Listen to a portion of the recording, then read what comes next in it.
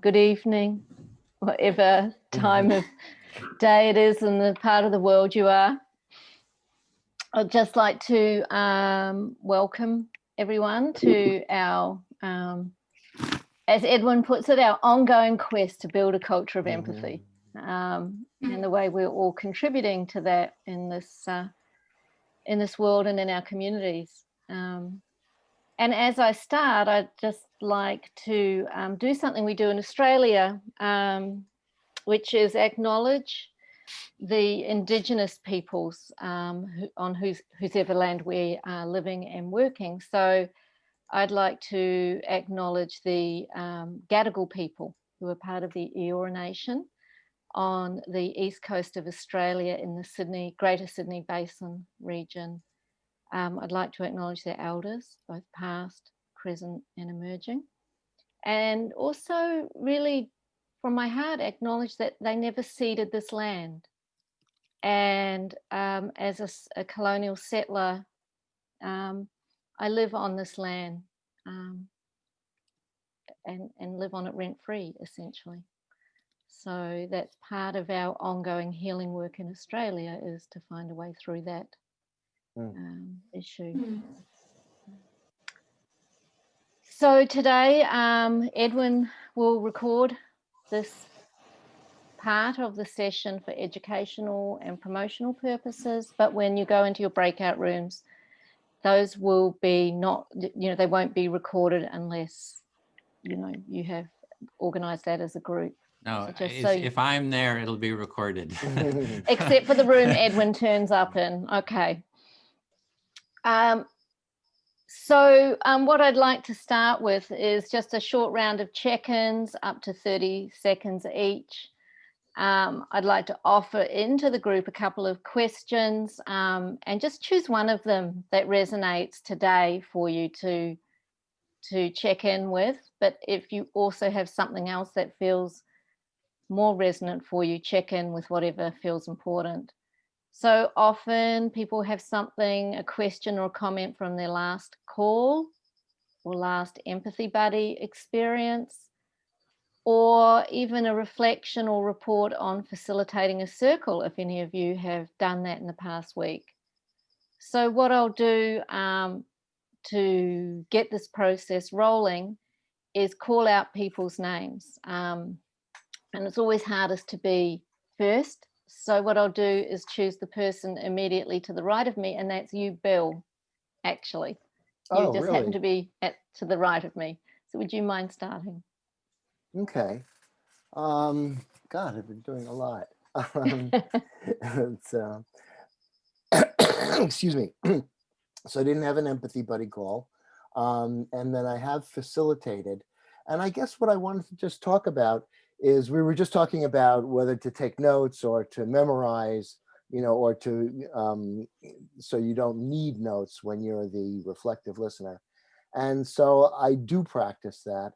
And there have been several incidences, especially with more restrictions, where there have been sort of, a mild dispute over a parking spot. And like today, I pulled into this parking spot and this woman wanted to use it to back in because she had a big load of laundry. And so I've just started listening and saying, okay, I'll move. That's just my first thing. I'll move. And it was really nice. You get to hear a little bit of their story, and everybody has a good day. So that's my contribution. Thank you. Thanks, Bill. And I'm just going to go around on a line. So Rita, you actually happen to be next on the line. Hi, everyone. Good to see you again. I had 2 empathy buddy calls, one with Michelle and one with Suzanne, and yeah, felt really grateful to be listened there. Yeah, I'm not sure if other people have this, experience, but sometimes, I find that like my brain sort of like plays a trick on me with empathy calls where, it has to like really work hard at like acknowledging the subtle shifts and changes that have occurred, because sometimes it can sort of just like dismiss it or almost be not fully present when the active listener is reflecting back what I've said, because I'm like, getting ready to say my next thing, and like sort of dismissing the process. So yeah, that's been sort of coming up for me. So in a way to deepen my own practice in like even being present when I'm the speaker, at a deeper level. So yeah, thank you. Thanks, Rita. And Suzanne. Oh, hi, everyone. I did my first facilitation yesterday evening, and it was really, it was lovely, really. I enjoyed it very much. I had a dear friend and my daughter and one of her really good friends, and it was nice, that generational mix. And, but I had trouble sustaining it for a longer period. I started to get uneasy after we'd done a couple of rounds. It went fine, and I could feel that they were so supportive of me, which was a really nice part of it. They were trying to be so good and follow all the instructions. No, it was really great, but I found that a bit challenging, keeping it going. So great, and thank you for the call, Rita. And Shoshana. Yes, I had my my buddy call, and it was just so meaningful. We loved it so much. We wanted to ask Edwin if we could keep being buddies, but then we decided, well, we're not here for the process, but she and I are going to continue to communicate privately. So it was a very special time for both of us. We were just about in tears. We were just so, we just were a good match. And something that's been really interesting to me that I'm noticing since I've been doing this practice is that when I'm being an active listener and someone is saying something that goes completely against like what I hold, the values or convictions that I hold, I don't get triggered at all, and I'm able to really, reflect. And later, as I think about it, after the circle, it's interesting because I really know that if I've been sitting like at a Starbucks or cafe with that same person and having that same conversation, I would feel in my pre-empathy circle self that I had to defend my position and kind of show them they're wrong. You know what I mean? And I would be triggered, and there'd be no stopping that. It's just like I'm obligated to say what I think about that position. And there's actually a heat that comes up on my chest and this adrenaline that it's an impulsive need. And in the practice, it's just completely not there. And so I've been working at carrying that into my whole life, because I think it's a much more healthy way to be a human being. So yeah, that's been very interesting. So I'm applying these practices like all the time. And I mean, that's an exaggeration, but pretty interesting to me. Thank you, Shoshana. Thank you for sharing that. David.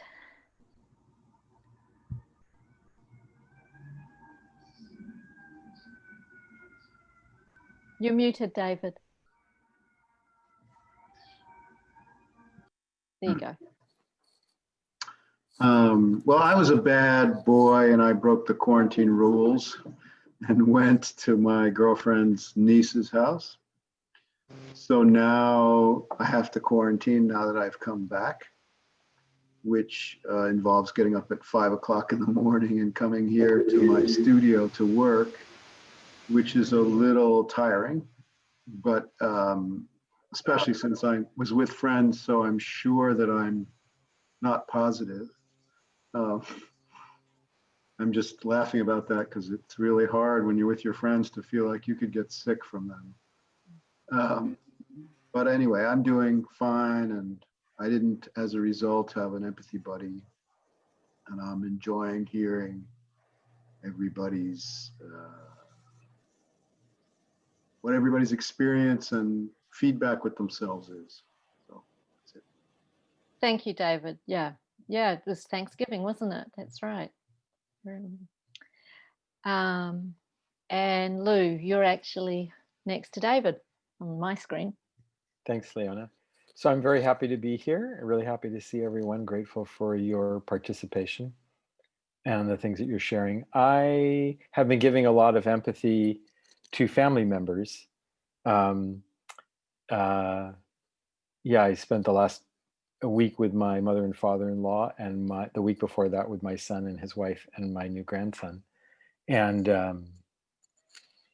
yeah, and so I haven't really been holding empathy circles with them, but I have been using empathic listening as a way of connecting and just really hearing them. And I would say the other thing I've been using is self-empathy, listening to myself when I'm struggling and when I'm having some kind of difficulty with what's going on, and I'm trying to decide whether to say something or not. Yeah, really listening to myself and asking myself what's going on, what am I feeling?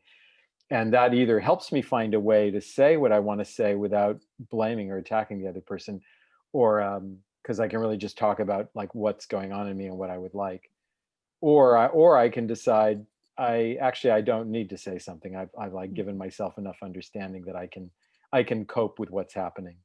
So that's been an interesting process. Thanks, Lou. And Celine. I had a wonderful exchange with my empathy buddy this week, and I haven't led a circle, but I did use the practice in a conversation with my son.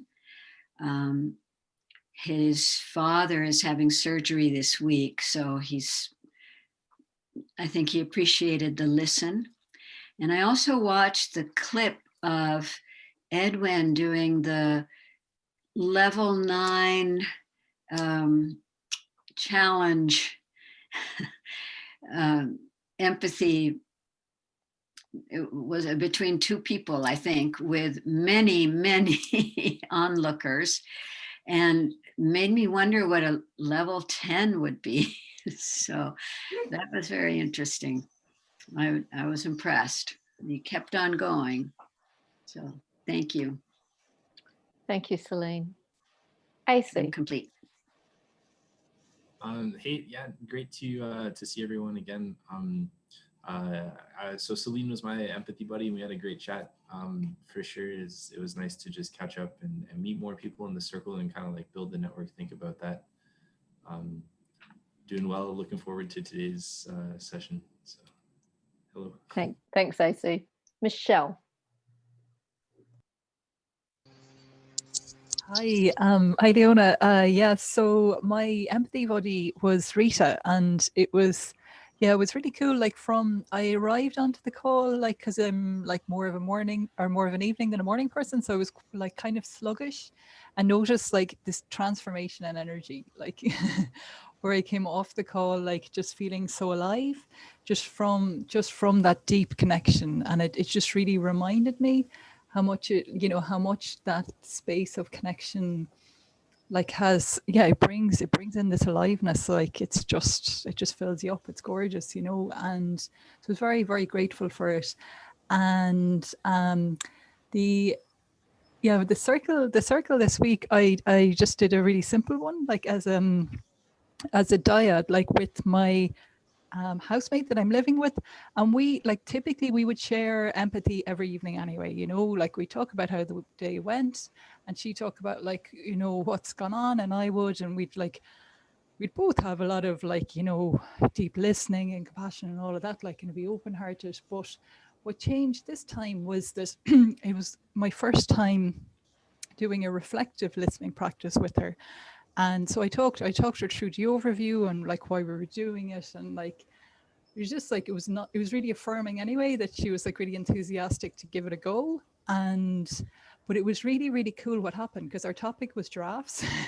So we just had a little bit of fun with it. But even though the topic was light, it brought us into a new place in our relationship, in that I felt so deeply heard just from the practice of her listening and reflecting that back and just telling me what she heard.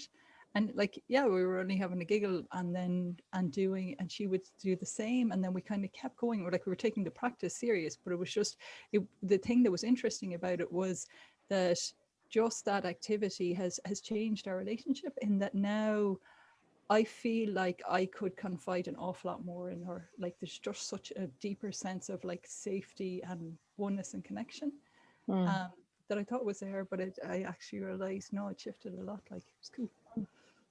Thank you, Michelle. Yeah. Timothy. Hi, everybody. I also watched the video of Edwin in Berkeley. I think it was with Joey Gibson and another man, with the chanting all around. I am bringing a bullhorn to my next empathy circle. I don't know where it's going to be. I'm doing it because he had to be heard at this bullhorn. Woo! So I'm excited to learn more about challenges.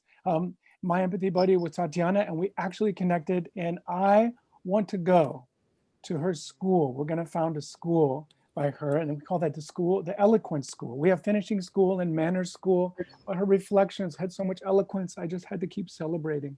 So thank you, Tatiana, for our connection time. And I also really do appreciate that we are doing empathy buddies and we're rotating, because making friends for me is one of the strongest measures of success for this training. So we don't have to do this alone, you know. I also did an empathy circle with my neighbors, and we actually, in leading it, I invited about 25 people, and about 5 people came. We did it on Zoom, and we were able to, I asked them for agreement. I didn't actually present the model per se. We're meeting, our second meeting is tomorrow, Thursday. Yeah, but I asked them to have input on how they would want to create it. And so it's just a different way of doing it. And it seemed to go well. We have about 4 or 5 basic agreements now, and it's going to allow us to go a little deeper over time. So that was neat. I enjoyed that. And then I'm looking at where my empathy circles are. I'm still looking at what's the quality here's my question of the day. When somebody says, I feel deeply heard, right? Or I feel deeply heard, what are the qualities of that experience? What's happening in my body? What's happening in my heart? What's happening in my mind? I'd love to kind of get that clearer, that experience of being heard, what happens in our human experience underneath our culture. Thanks. Thanks, Timothy. And Joe.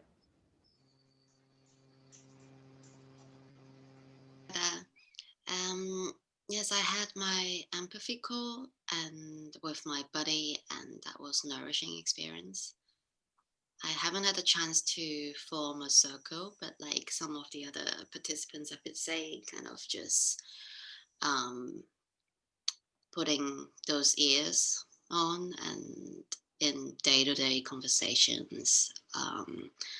And sometimes I realize it can be done through even, like WhatsApp messages even, just rather than like when you read a message, kind of summarize and repeat it back, because that's often kind of how like I'm communicating more with friends through this kind of messaging, as opposed to seeing them or phone calls.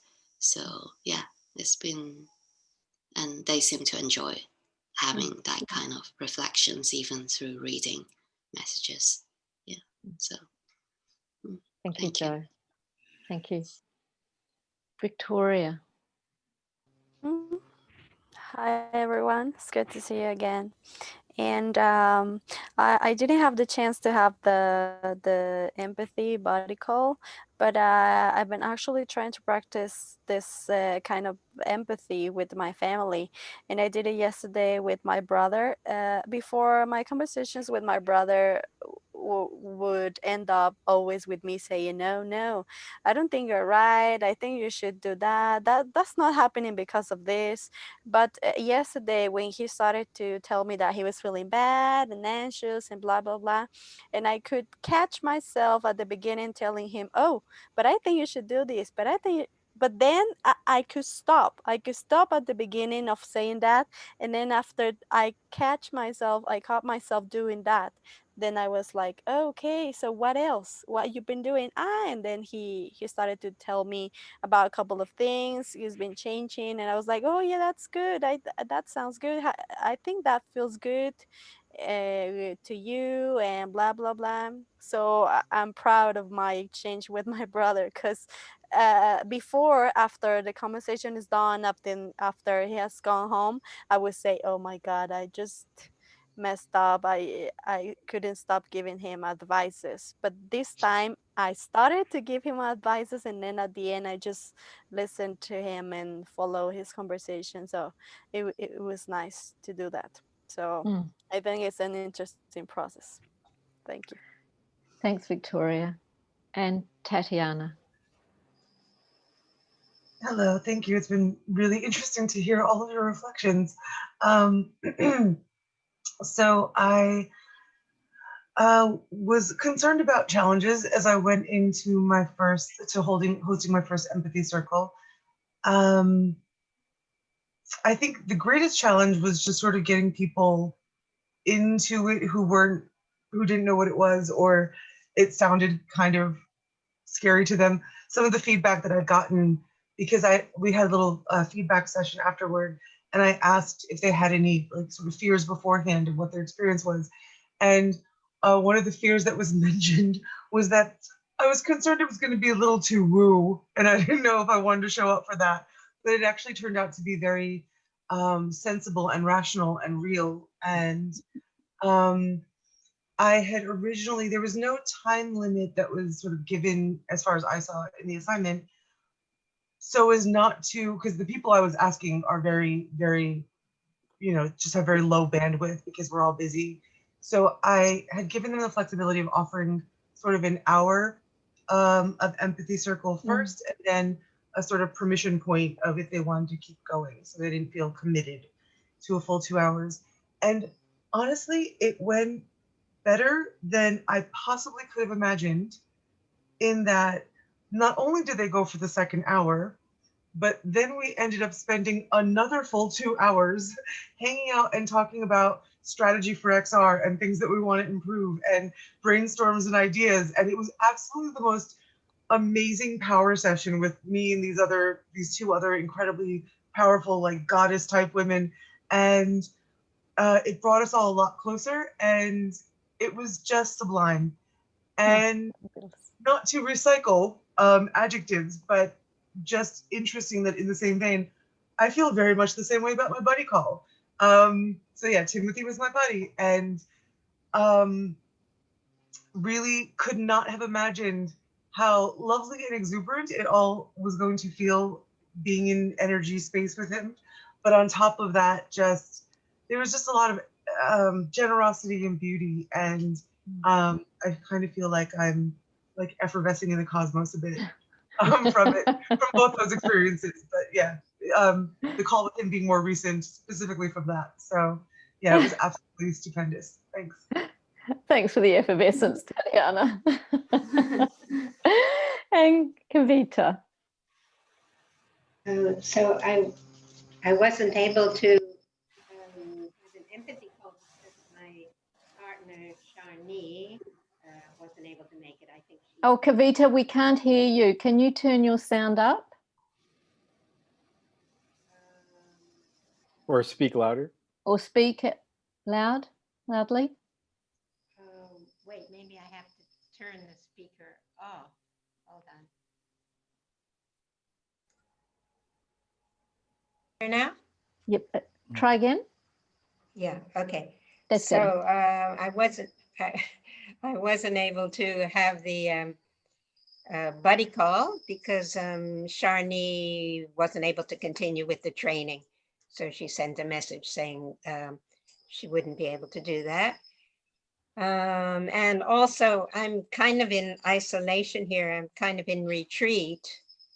So I haven't been able to organize a facilitation either. So I was even wondering if I should drop out this round and come back another time when I'm more kind of in the world. But just now listening to the things other people have said about their own empathy calls and their own facilitation has been very enriching. So I'm glad I'm still with it. And maybe I'll have to do another training anyway. I think I will have to, because I'm a little bit behind. But anyway, I appreciate everything all of you have shared. So vicariously, I've gotten lots of empathy calls and lots of experience facilitating just through what you shared. Thank you. Thank you, Kavita. And Edwin. Yeah, I'm in the background here organizing the rooms, trying to get everything sorted. Several people couldn't make it, so I have to sort of rejiggle all the rooms.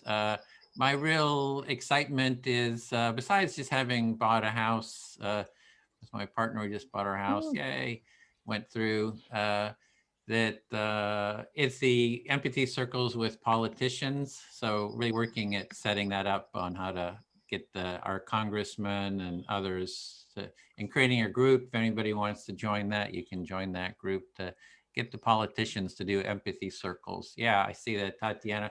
We need the XR Occupy, the state, the Washington, D.C. set up the empathy tents in front of the White House and demand that they do empathy circles. So that's just one little vision there. So be talking to the XR folks here who are the activists. So that's it for me.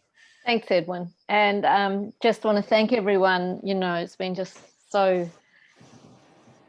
nourishing to hear how everybody's finding their way into this culture of empathy and how finding a fit for your own lives and where you are and, growing into it as it were, finding your feet and finding your own rhythm. And I just think that's a really important part of this is finding your own way of being an empathy facilitator that because people feel, when they feel your resonance and each circle is different depending on who facilitates. And I think that's a great thing. I love that variety and it makes it exciting for me when I go into an empathy circle because I know it will be different. The structure just stays the same, but the energy can shift and change. Sweet. So what we're going to do now is go into our breakout rooms. Edwin's been busy doing tech in the background. And today we're going to invite you to lean into a little bit of some of the challenges that might arise. And these can be accidental challenges. Last week, I got so excited, even though I know better about something. One of the participants was saying, I forgot to choose a listener. The person who was practicing being a facilitator managed to stop me and say, oh, you need your listener. And that can happen, and these little things can happen where you need to kind of take a pause or get a person to, do something a little differently to stay inside the structure of the circle, as it were. So today in your circle, that's going to be the learning edge is just experiencing a couple of challenges and how can you respond to them when they happen in the circle. And in your circle, your facilitator, your trainer will, invite you to sense your level of comfort, and you want to be just right at that little edge where you're still comfortable, and learning and stretching. So that's the invitation today. There would be the same structure as last week with, choosing your own topic, rotating after 20 minutes. And you can let people know what learning edge you're at for the feedback you get if that's something you would enjoy. So that's it for the main room. Bill, did you have something you wanted to add? Just that we'll also be practicing the how-to introductions. Oh yeah, thank you, Bill. Sure. Yep. So it'll be your second chance to introduce a circle to the group. Same how-to as last week. Thank you. Any other questions, or should we just go into the ether? To the ether. Ready? There we go. See you there.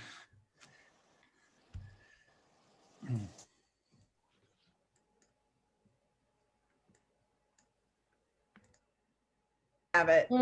Absolutely.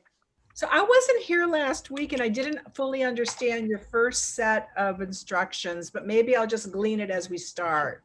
Well, so tell me which one you didn't understand and I can Well, be backfill. closer to the edge of how comfortable you are. Right. I understood how to introduce the. Yep. Uh-huh. So yeah, we'll do that again. We'll just do the how to introduce a circle again, give you an opportunity to practice that a second time.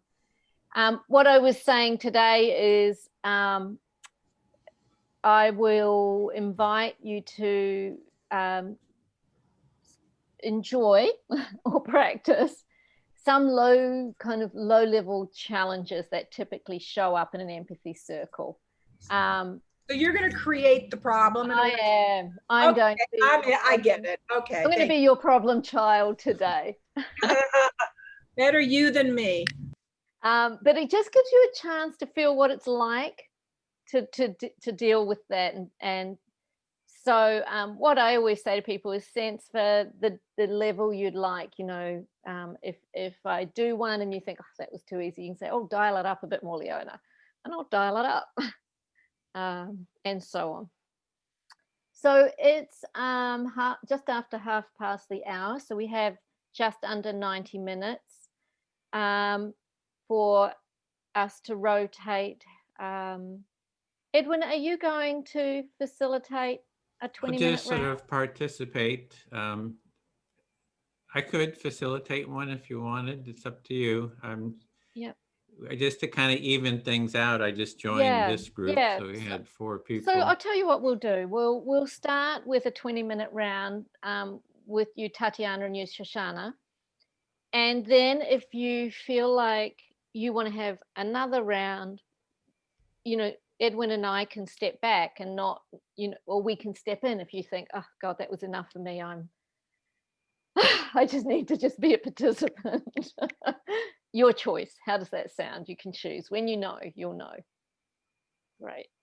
Okay, so when you're facilitating, remember, here's my one. You might have a little sign that lets people know their 5 minutes is up, or you might use your phone. So part of the role will be to time the speaker. And when you do the how-to, you might let people know how you're going to show their time is up. Just bearing in mind, it's a really human trait to be just looking up like this when they're really deep in thought. People often look away from the camera. So you kind of have to do a bit of movement sometimes to flag the attention. If you're using your phone, some people have reflected that they can hear the bell or the chime, and that's helpful. So just sense for a way you'd like to do it.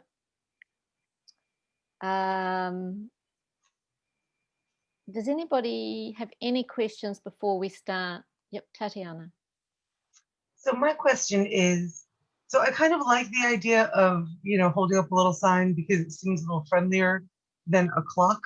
That said, I don't know if it would be helpful or disruptive if I held up like, you know, green for you have 1 minute left and then like pink for you have to stop to sort of give people an idea. Like, I don't want to distract them from what they're talking about, yeah. But I also kind of, you know, just your 5 minutes is up kind of feels a little abrupt, maybe. Yep. So that I'll let you answer that, and I have another question. Sure. So what we tend to say, and it's really good in the how-to part, is to say, when you see your 5 minutes is up, you know, you don't have to stop speaking immediately. You can finish that train of thought, and your listener will reflect that back as well. So it's not a hard stop. Yes, that is absolutely what I reminded them as well. So, okay, that's better. So I like that. Another one piece of the feedback that I got from my team was that I started researching, and there apparently are apps for this where there's an in Zoom visible clock for everyone. Ooh. So I will research that for next week and come with more information, because it got a little like third-party app download, and then apparently there's a way to do it that's not that. So I want to look at the different options for that. Last question, somebody had asked, and I honestly didn't know the answer to this because I never have done this, but I could see that some people might. Is it okay to take notes? Mm. Or is it better to be, fully present in the listening? You know, we talked about this a little bit this morning or this evening, wherever you are. Some people like to take notes, and if that, especially when they're starting out in empathy circles, because they worry about forgetting what someone says. I would offer, take notes if you really feel you need to, but they'll tend to be content related when sometimes you're trying to resonate somebody's feelings or passion. Yeah. And we don't tend to make notes about that. So it orients our attention a little differently. The way that it makes it most easy is to say, when someone says, will you listen for me? You can say to them as a relaxed and empowered listener, I'd love to hear you in small-ish chunks. If you can just speak for a minute, then pause, I can give you that back. And that would be really helpful to me, because then you can really offer back succinctly what you've heard. But if all else fails, if you can give them the first thing they said and the last thing they said, people generally feel that's a nice piece of bookending. And then just honestly say, and I think I missed a bunch in the middle, and if you want to share that again, I'd love to hear it. Something like that. I don't think Lovely. Yeah. Thank you, because that is actually kind of what I did say, of try, if you have to do it, but I like the asking as the listener for what you need. That's great feedback. I appreciate it. I also have a question, just based on what I just heard. If you said we tend to reflect content when we're writing, and we might miss the emotions. So my understanding was that I am to reflect what I heard, and I thought I was not to say reflect that I can see that you're very sad, unless they said I am sad. Am I wrong in that? I wouldn't. I wouldn't interpret someone's emotions, but they might. Often they might say, and I'm really dumbstruck by the way my governor is counting these votes. So if you're in the States at the moment, that's a big deal, right? Right. And I feel really irate, or really scared. And you could write those down.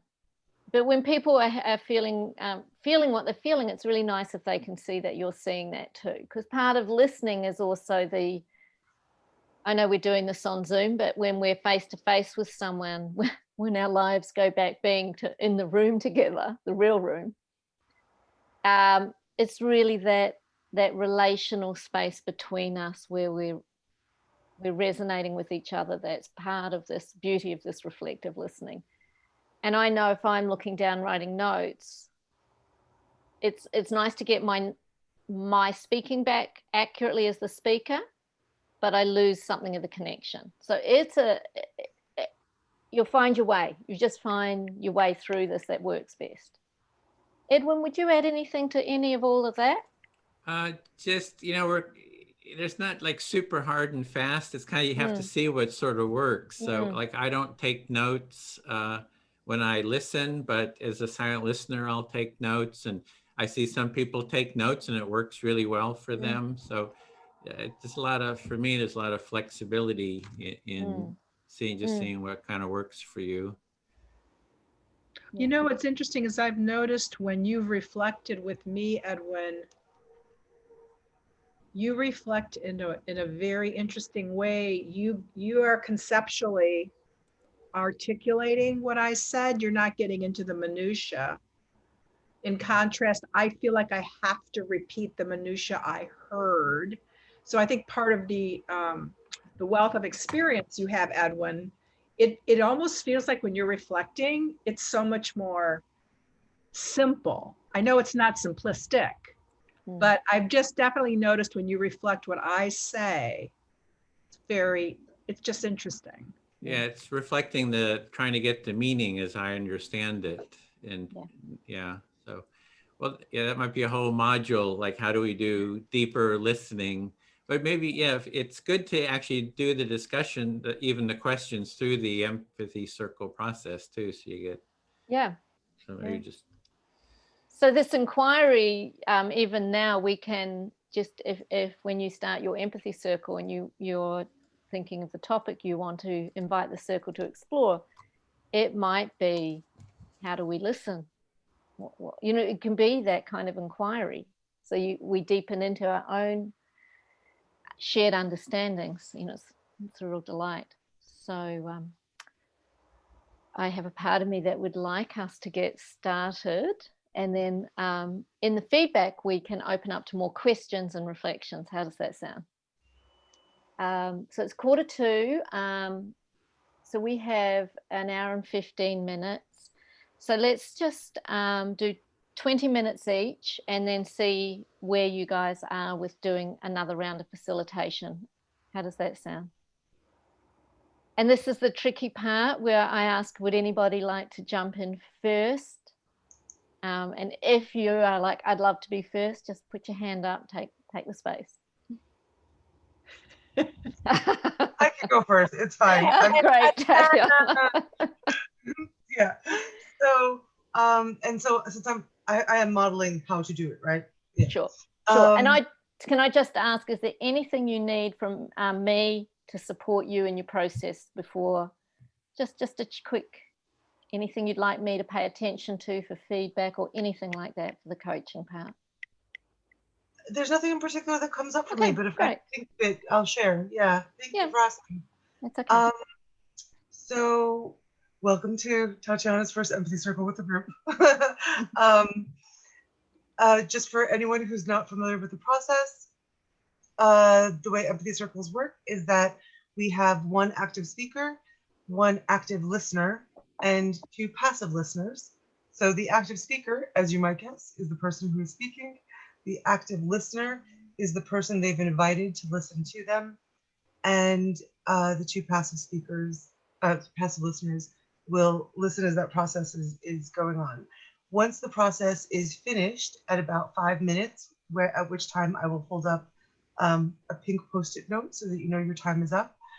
The active listener then becomes the active speaker and invites someone to listen to them. Generally, when you are done being the speaker, you will say something to complete the sort of speaking circle, like I feel fully heard. And another thing to keep in mind is that when I hold up the 5-minute sign, it doesn't mean that you have to stop speaking immediately. It's just letting you know that, you know, the 5 minutes is up. However, please come to a natural finish of wherever you are. And also your active listener should also reflect back to you, because that is part of the empathy process. So if there aren't any questions, and if I didn't forget anything, Leona, let us carry on. So delightful, thank you. Who would like to be our first speaker? I didn't have a question. Is there a topic or? Oh, sorry, thank you, yes. Our topic for today is to explore the subject of purpose and what you feel your purpose is, how you feel about your relationship to it, anything to do with your sense of your own purpose.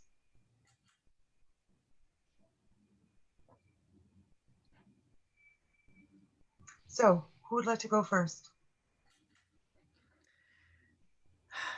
I think I'm supposed to, right? According to our instructions, you and I were going to do this. So I guess I'm the active speaker then. And I asked Tatiana if you'll be my active listener. I'd love to listen. Okay. Yeah, it's a great subject. So that's always, sense of purpose has always been really important to me since I was very young. I grew up in a home where survival was the aim of the day. It was in a very abusive, crazy life I had.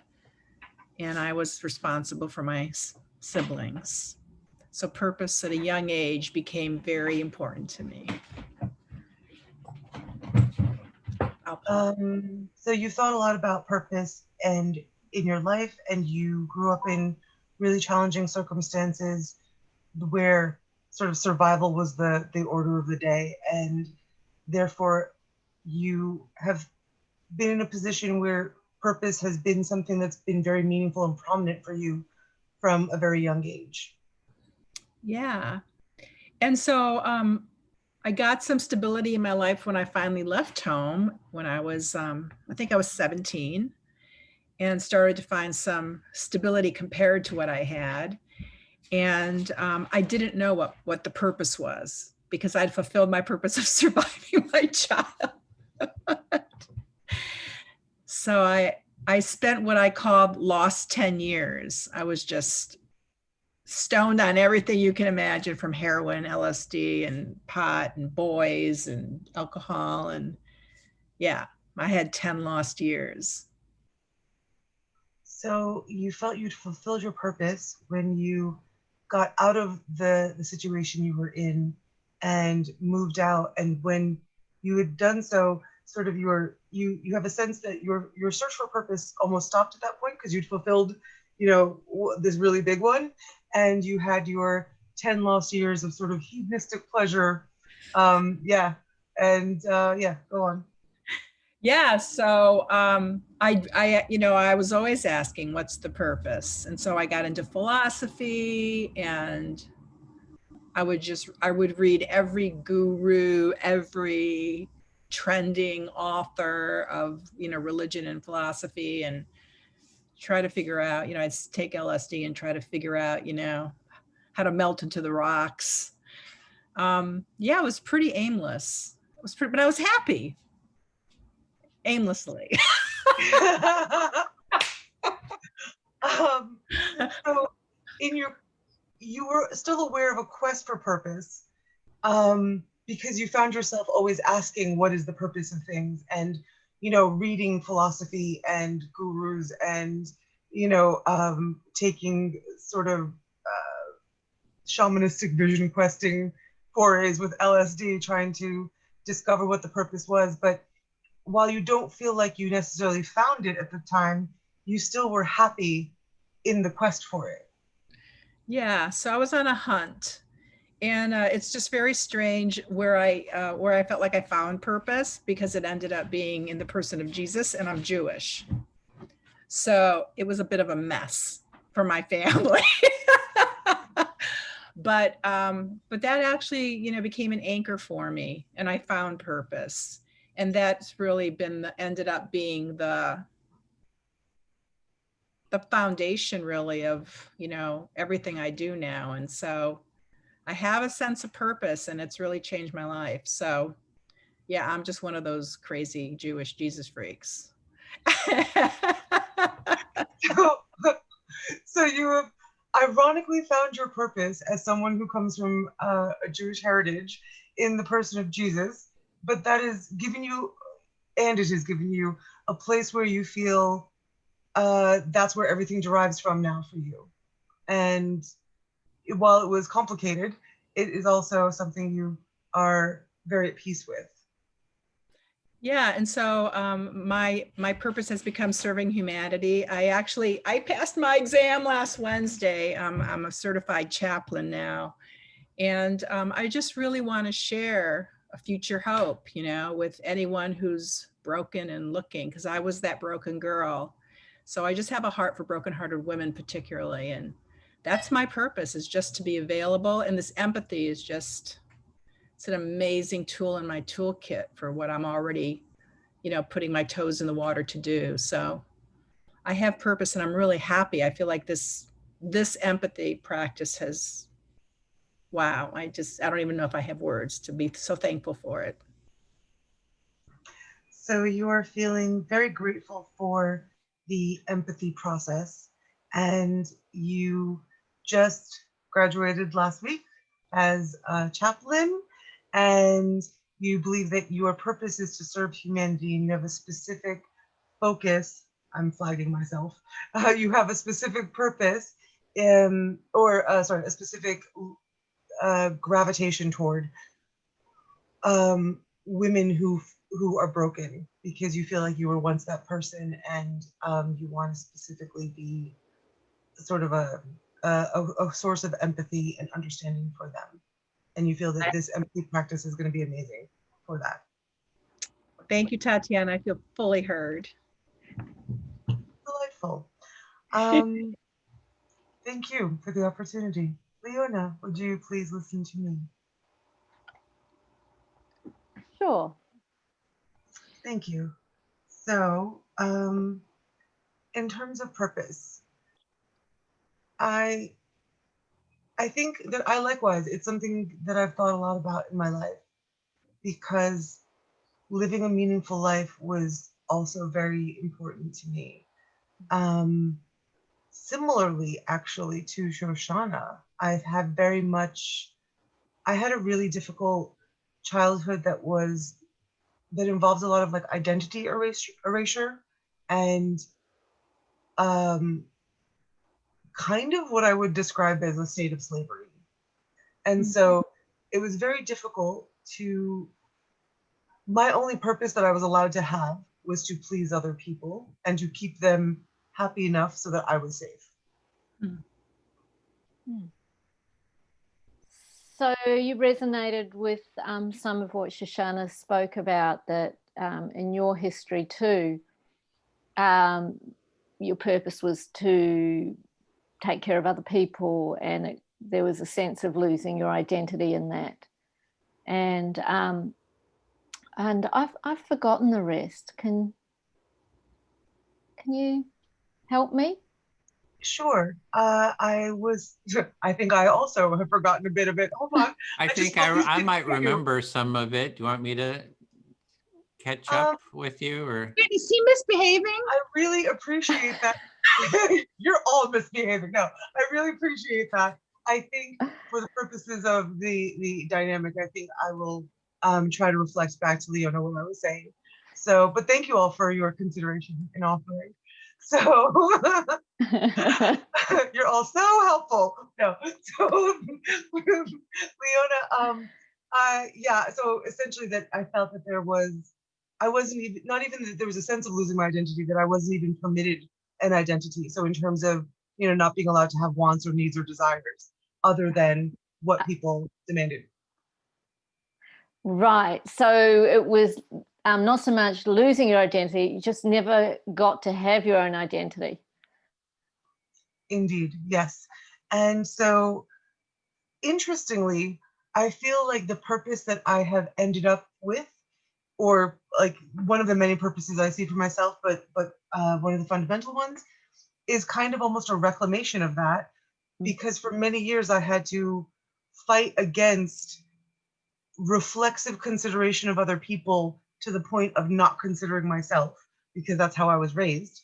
However, because it was such a strong corollary within me, how did I heal with that idea enough to be able to apply it in a healthy way in my life? So it's like your purpose, you're saying your purpose has been to heal that and develop that sense of identity that's not just relating to other people, and how to do that in a healthy way. Indeed, yes.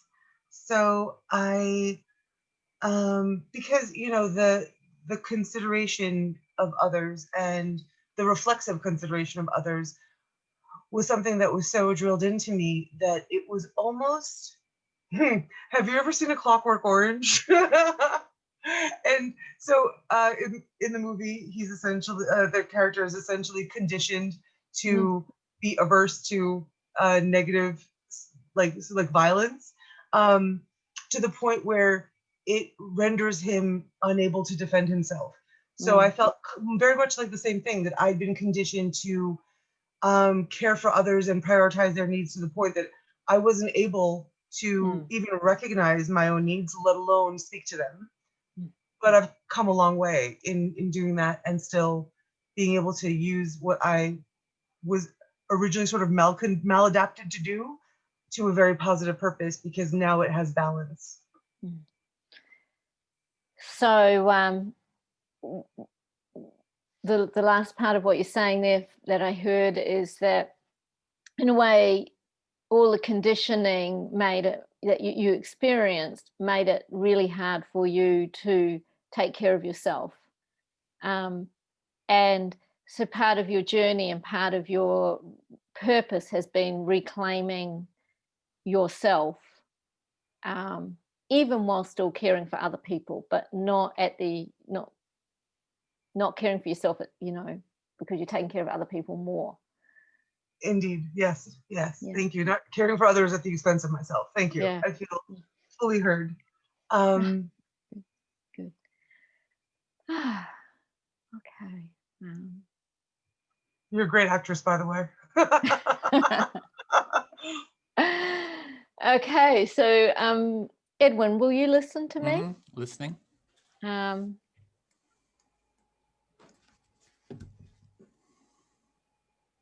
So will you time me? Tatiana, are you timing? Yeah, I've been timing everybody. I just didn't Great. flag you at the end because you were almost finished. So yeah. Great. Okay.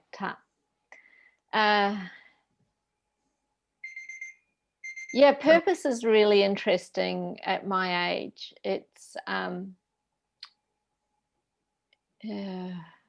something I'm really exploring as I enter a transition from full-time work to, semi-retirement. And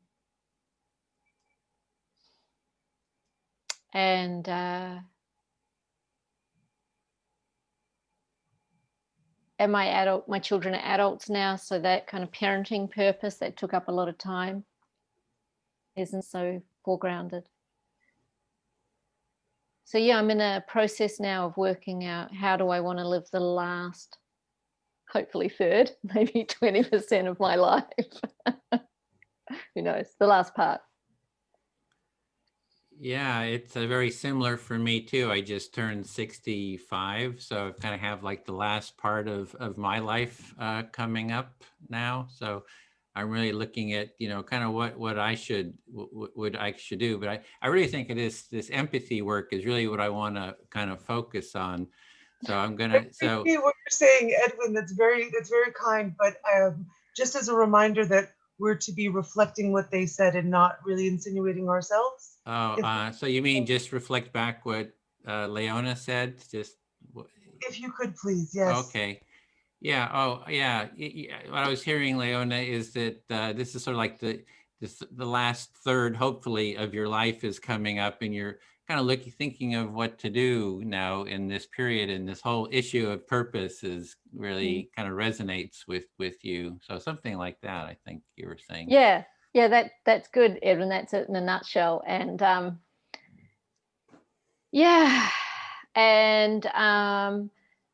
having worked hard all my life, worked full time, there's also a sense of wanting more playtime now.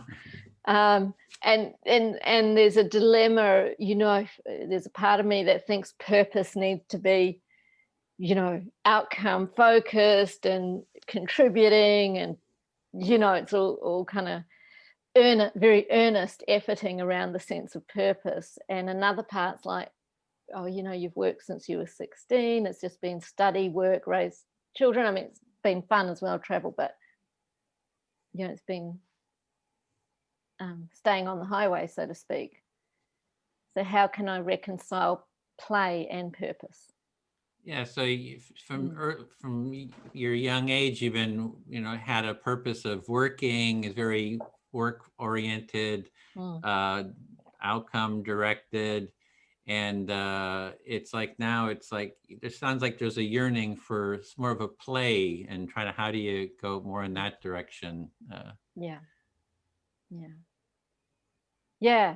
And so the question that came up recently in meditation, and well, why don't I just ask, is this going to be joyful? Like whatever this activity is, if I run a circle, I do my kind of work, facilitation work, it's more playful if I find joy in it, and to just orient to the joy level. And if it's not got a lot of joy level, maybe I don't do it now, Yeah, so you're thinking of having, if there's something comes up, you can sort of test it, ask, is this going to have a level of joy to it, sort of a joy test? And if it doesn't meet that, then you don't do it. If it does, you would do it. But check everything that you do for that. Yeah, and a part of me is like thrilled by that. Another part feels like that's, culturally, and as a woman, it's so naughty. So, like going against the rules. It almost feels like swimming against a tide, but it feels like an important question to be asking. Yeah, not because it's not just joy for me. If I'm more joyful and coming from that space, I know it's more joyful for everyone. So I may be doing people a really big favor. Yeah, so you feel like you're swimming against the stream, kind of even asking that question, but maybe trying to say, well, actually, if I'm joyful, it'll kind of be joyful for others too, create sort of joy for everyone else. Yeah. And so the question, I think I've always put purpose as really content and, doing this, doing that. Whereas now I'm getting a sense of it being more, how am I feeling? How am I being? And that can go anywhere. So your idea of purpose before was more kind of what are you accomplishing? So task oriented versus now it's kind of like, what am I feeling? So it's kind of a shift for purpose. Yeah, I think so. Yeah. Thank you, Edwin. I feel really heard. Thank you. Okay, great. Then I'll speak to Shoshona. I'm listening. Yeah, so the first thing that came up with purpose is, after our high school here, I kind of went to be a seeker. My purpose was just to seek sort of the meaning of life. So, I just took off traveling. Went to, all countries all over the world, working my way around, including Australia. I was 8 months in Australia, hitchhiking around the country, doing different jobs and stuff. So it was really sort of a seeker purpose, just kind of seeking. It was, yeah. So as a young adult, when you finished high school, you went on a seeking journey and it took you all over the world, even Australia. Yeah, 10 years of that. So, and then, I did other work, got into the computer technology, but always had sort of that seeker, yearning, and started doing some documentary works because I wanted to continue that, and came across the value of empathy about 14, 15 years ago. And it was like, wow, this is my purpose. It's like, so that seeking is like, when you find it, it's like, this value is sort of central to sort of humanity, it seemed like to me. So that's kind of become my purpose in life for the next, whatever I have left to, like Leona says, a third or whatever, period of the life, probably not a third, but less than that. Yeah, so you spent about 10 years seeking, and then you got a bit into technology, and I think I've lost it. And then you started making documentaries. Yeah, and human values. There was like on trust and inspiration, those kind of exploring human values.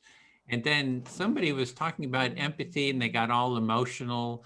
I mean, emotional meaning you could just see the tearfulness, talking about care and empathy. And I thought, wow, this really resonates. This is sort of deep. And I'm going to look into this more. And one thing led to the other. And then it just said, I'm going to just dedicate all my time and energy into this one value. So then empathy came to your attention in the process of making these documentaries, and you saw through a person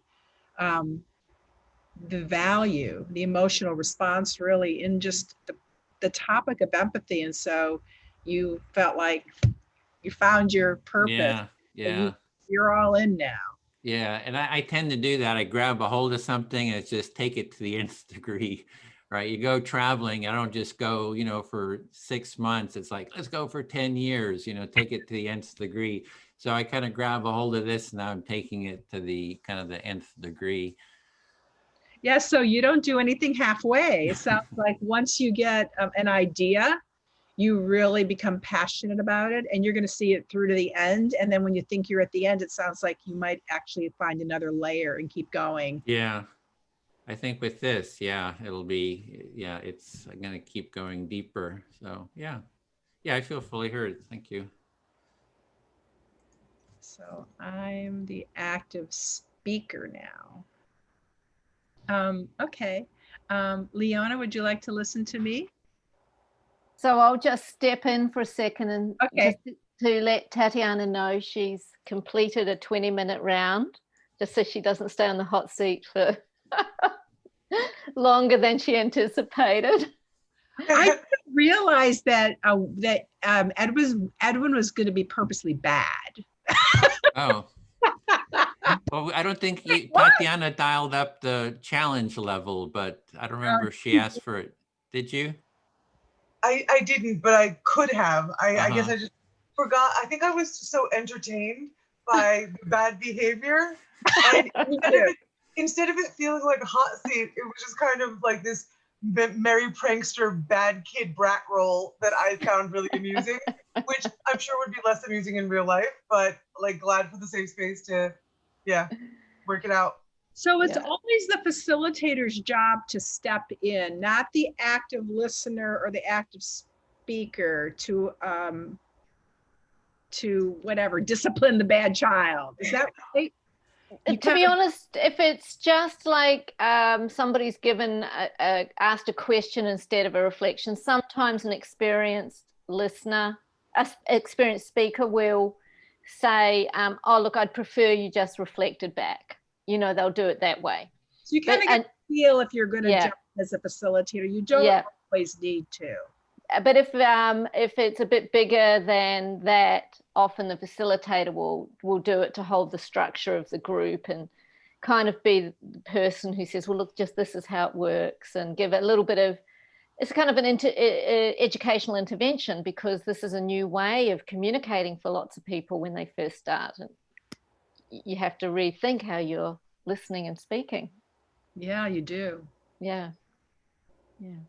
So Tatiana, just so you know, I thought your intervention was excellent, because you really reflected back Edwin's enthusiasm and joy of what he was saying to him before you reminded him of the role and structure.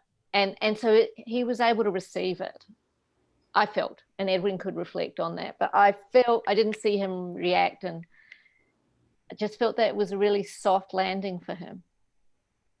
Yeah, I felt that too. It's if someone says, no, don't do it this way, it's like it feels kind of abrupt, and you give a little bit of a reflection. Oh, I hear you're really enthusiastic about this, but let's stay with the structure. So a little bit of empathy. So yeah, I didn't felt smooth.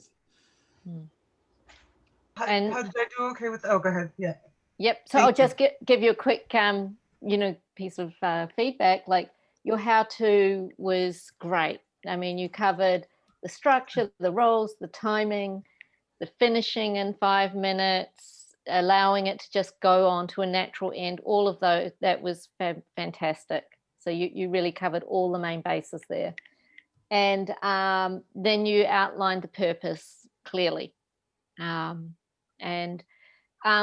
only thing, and I think this is a women's thing, to be honest, at risk of gross generalization here.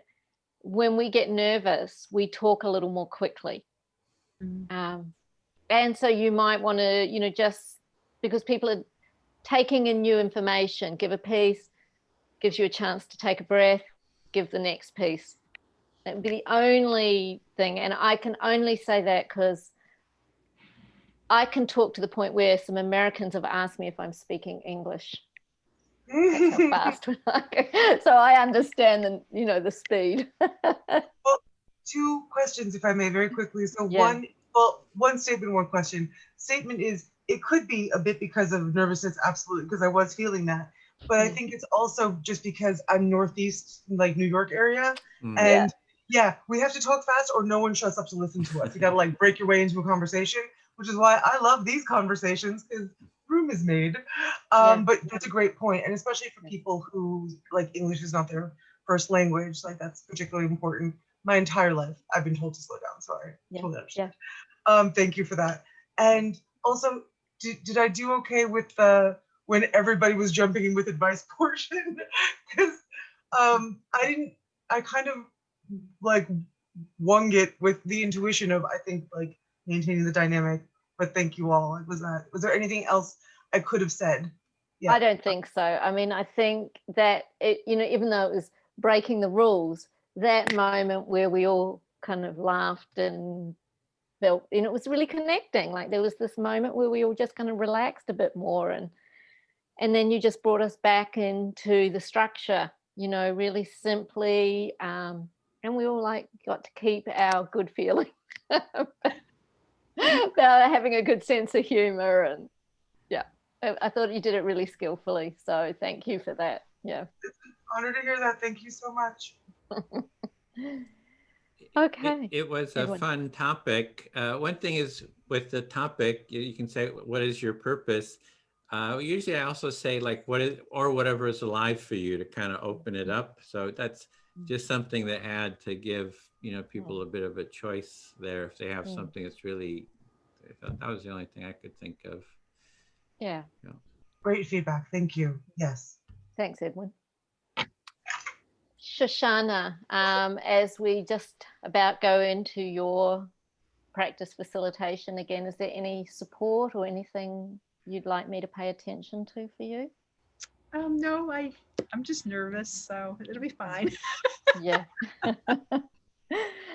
So, but I am gonna say that this is going to be a 20-minute empathy circle, because that's what it is. So that's what I should say, because normally I'd say 90 minutes. Okay. Sure. Yeah. Great. Well, go ahead. Okay. Well, welcome to our Empathy Circle. My name is Shoshana, and I'm the facilitator for this session. We're going to be taking about a 20-minute session today, and everyone has a role. There will be an active speaker, an active listener, and then in this room, there'll be 2 passive listeners. And the active speaker will be talking about the topic for today, which is, if you had unlimited amounts of money, or in other words, if it wasn't an obstacle for you, how would your life be different? And so, and you can also speak about whatever's alive for you. So the active speaker has 5 minutes. The active listener is going to reflect back what they hear from the active speaker. And we're just going to ask the passive listeners to be engaged, you know, actively listening, passively listening. And I'm going to set a 5-minute timer. And when your time is up, I'll hold this piece of paper up, and you'll probably hear the ding of my phone. So you'll know that your time is up, and that doesn't mean you have to have a hard stop, but wind it up if you're speaking, and then we will have the active listener will have an opportunity to reflect that final thought, and then the active listener will become the active speaker, and we'll have to ask someone in the group, would you like to listen to me? And I neglected to say that at the end of the 5 minutes, when you've wound everything up, the active listener, if you feel heard, you would say, thank you, I feel fully heard. And then we'll continue going around the room for about 20 minutes. And yeah, any questions? Okay. All right. So would anyone like to volunteer to one question, what's the challenge level, if any, that you would like? Well, let's kick it to about the middle, because I might as well throw me in the deep end of the pool. Nothing to lose here, right? All right, so would anyone like to volunteer to start by being the active speaker? I'll repeat the topic since I don't have it in the chat. If you had unlimited amounts of money, no obstacles, how would your life be different? Or whatever's alive for you. I'll start. All right, Edwin. I'll speak to you then. Okay. Yeah, sometimes I imagine winning the lottery. So it's like, well, if I won the lottery, you know, $100 million, you know, what would I do with it? And for me, it would be, I'll be investing it into this work that we're doing right now. So, so you have thought about this. What if I won the lottery? And you've made a decision that if you won the lottery, or anyone else that you know that you could influence, you'd ask them to invest into this empathy circle practice to further it. Yeah, I don't know. I didn't think of it. If somebody else won it, they probably wouldn't. That wasn't quite. It's more like if I won it, like what would I do? And it would be, you know, to kind of scale this up. You know, there'd be so much. I mean, if we had some, you know, money to kind of put into it to get a whole, you know, staff that is not, you know, just doing it the work sort of on volunteer time, you know, and you know, it's. You really have, I mean, it could be so impactful. I think it would just be world changing. $100 million. I mean, it'd be, yeah, world changing. So you've really thought about this, and it sounds as if, you know, you can imagine, you maybe have worked out the scaling process where you'd hire a staff and really be able to put the footprint of empathy on the world and change. Yeah. So when we occupy the White House or the DC, you know, in this or not the or they call it the Congress, you know, we could really put some energy into it. I can just see a lot of whole rows of empathy tents. You know, get the media out there. I mean, we'd really, you know, it would be. I think it would be a big shift for humanity. You know, we'd really be able to have a you know, a super impact on the whole culture.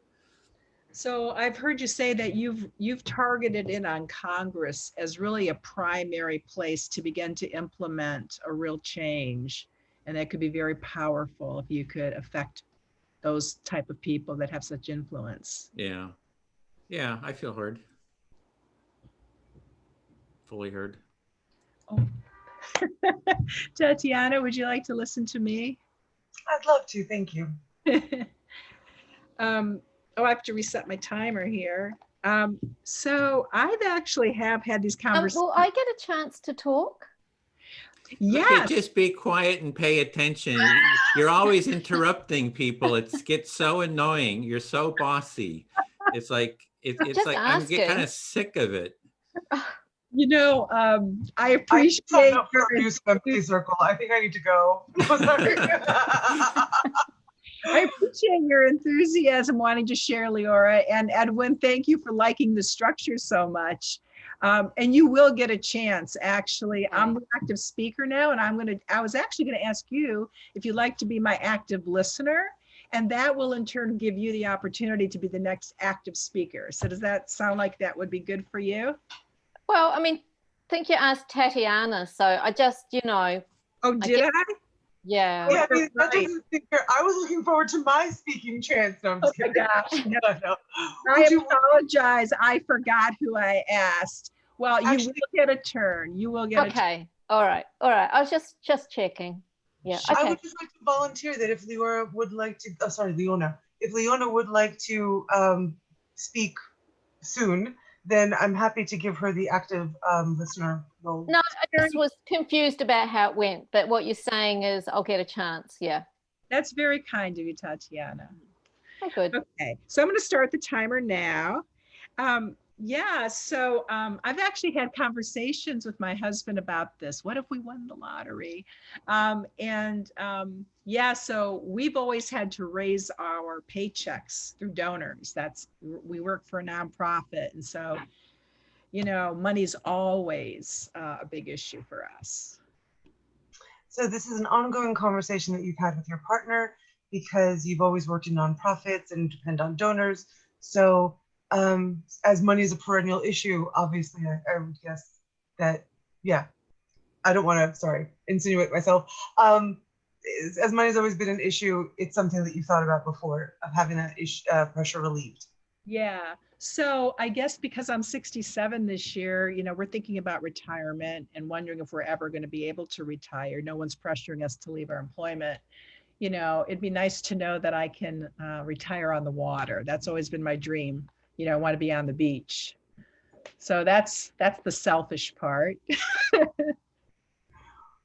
So what you class as the selfish part of you looks to retire on the water, because that's something you've always dreamed of, but you're not even sure if retirement is even going to be an option, because it sounds like when you said no one's asking us to leave, it sounds like you're saying, you know, you still feel needed and necessary at the work that you're doing. Yeah. However, there's quite a few charities that I would love to give money to. And one of them that I just really has impressed me, I actually watched like 10 videos on YouTube last night for this charity called New Story.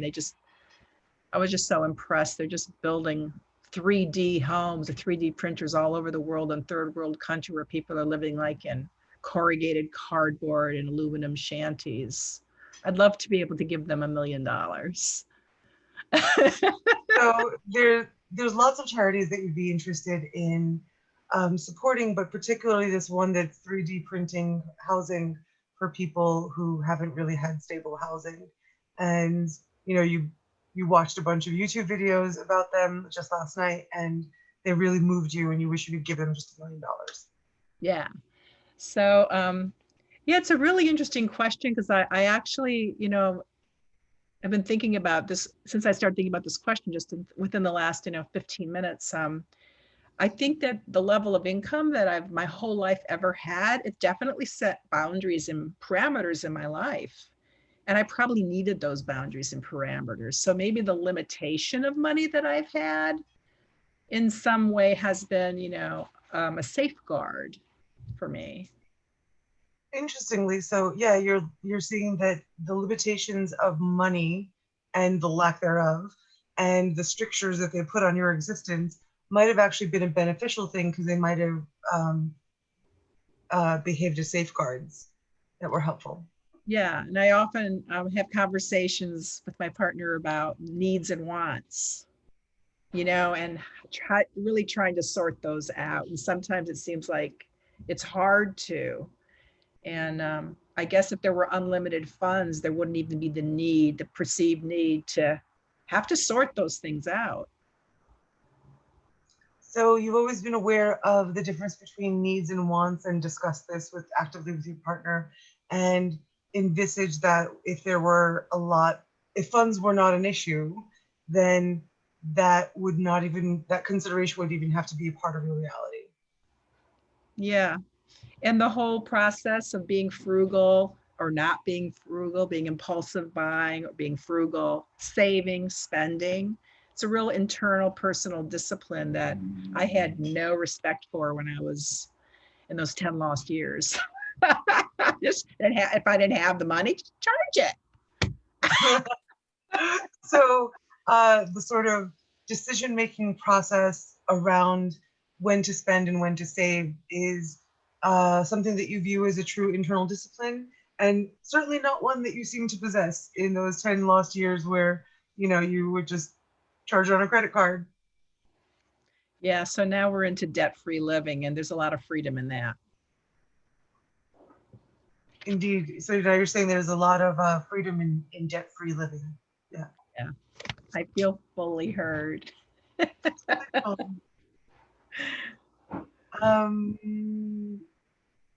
Edwin, would you listen to me, please? Listening. Thanks. So I guess it's weird, because this isn't something I think of often. I mean, we've all thought of it, absolutely. But I was trying to think about it and what I would actually do. I guess I haven't thought about it recently. And I was trying to think about what I would actually do with this money now if I had it. And I think it just all goes back to like reinvesting in the movement that I'm in. So in XR, sort of like much like you were saying of investing in the Empathy Circle and taking that to another level. I would want to put some mindfulness in place where I think that it might be lacking somewhat in the structure of XR. Okay, so like me, you have a cause that you believe in, that you're really passionate about, that you really want to work on. the cause that you have is XR, Extinction Rebellion.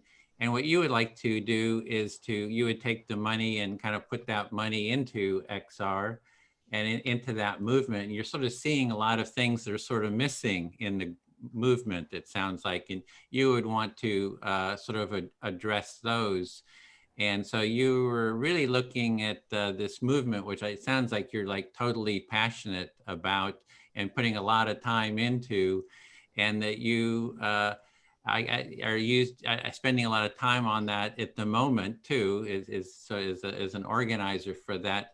So you would really like to just focus on that group and really get that group kind of going and developing and growing. And it sounds like they're doing things that you don't sort of agree with, and that you would like to kind of address those sort of challenges that they're not really addressing. So, yeah. I think that you got it. I think you reflected it. Oh, really. Oh, am I going on too long? Is that the problem? Maybe. Yeah, so I appreciate, yeah, your thoroughness with that. I guess specifically, I don't, like, I would put some of the money into XR as an organization for them to do with whatever they want. I think the patch that I'm specifically interested in is that I appreciate the audacity of what we are trying to accomplish. And I also appreciate the fact that the likelihood of it may or may not be very big, but probably isn't, unless other things also somehow break open, which I believe the cosmos is absolutely capable of. I just don't have any evidence that that's going to happen, right? So I'm open to it, but I'm not depending on it. So I think where my consternation lies with XR is that it's all like the eggs in one basket thing. Like, okay, that's great. We want to create this fundamental paradigm shift and, coordinated change in systems of government globally to take on a small undertaking. But what if it doesn't work? I want something there that, as people who have seen this coming, and as we are in a unique position to be preparing for it now, what are we doing to prepare for it? Not like to save our people, because everybody's going to be affected by whatever happens, but there's got to be some elements of safeguarding that we can put in place now for, maybe the whole world isn't going to go into a donut economy, but can we create one among us ourselves? Mm-hmm. So you're seeing it's a pretty audacious, big vision for XR that, you'd be lucky if it works, but in the meantime, you also want to put some energy into creating some kind of a structure for yourself and for kind of your maybe your mutual support type group with that money, or you would. Yeah, and not even like just for myself, but I feel like we're so good at distributed activism in a lot of ways. So why can't we come up with a model of distributed, something that will be sustenance to everyone in the movement if they can start working on it now, rather than we're just, I don't know, swept away by something that we railed against but didn't prepare for, So thank you, Shoshana. Yep. Okay, so yeah, no, I just wanted to finish really quickly. So sure. I guess I've always had a vision of, anyway, yeah, no, you know what? I'm done. That's fine. Yeah, so it's not just for yourself, but for sort of the activists, that there'd be sort of a community, a mutual support. So even outside, if it succeeds or doesn't succeed, you still have this core community group, and put some energy into that, building that. Yes, because last point very quickly is that even if we don't, we might not be able to prevent what's coming, but maybe the way we reclaim or gain something is by modeling what it looks like afterward. And that might be where our energy lies. So even if the whole world blows up, the group will have modeled a new way of being that, might be a model after if things sort of fall apart. Thank you. I feel fully heard. Okay.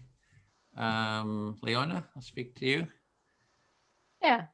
So yeah, I think Tatiana was going to choose you. I noticed she didn't choose you. She said she was going to choose you next. So I felt a little guilty that she chose me. Yeah. So when you noticed Tatiana chose you, you felt a little guilty. Yeah, I know you're just chomping at the bit to have a chance to talk. And so, yeah, you're probably, I imagine you're feeling kind of upset. So, Edwin, it might be better if you just talk about how your own feelings. Well, that's how I feel is I'm feeling like how I imagine Leona is feeling. So that is.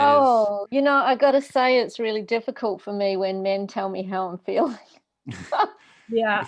Yeah, so you're having a hard time. Yeah, it's like, but this is my chance to be heard. It's kind of your problem. Right. It's like, okay. Are you comfortable? Are you comfortable continuing, Leora? Yeah. So Edwin wants to let me know how I'm feeling, and he wants me to reflect that it's his time to be heard. Yeah. Is that right? Yeah, exactly. So I was concerned. I guess I was concerned that you might be feeling like you had a lot to say and you weren't getting a chance to say it. So I was kind of feeling concerned. Okay. For you. All right. Yeah. Okay. So I can hear that. Thanks, Edwin. That you're feeling concerned, not trying to tell me how I was feeling. Yeah. Yeah. So I feel fully heard. Thank you. Is that it? That's it. Yeah. I really wanted just to kind of pass it over to you because I knew you would express that you really wanted to talk. So that's why I'm heard. So I'm ending quickly. Okay. All right. Cool. Thanks, Edwin. Okay. I have no idea what to do. Just hang in there. Okay. Don't do anything. I'm going to talk.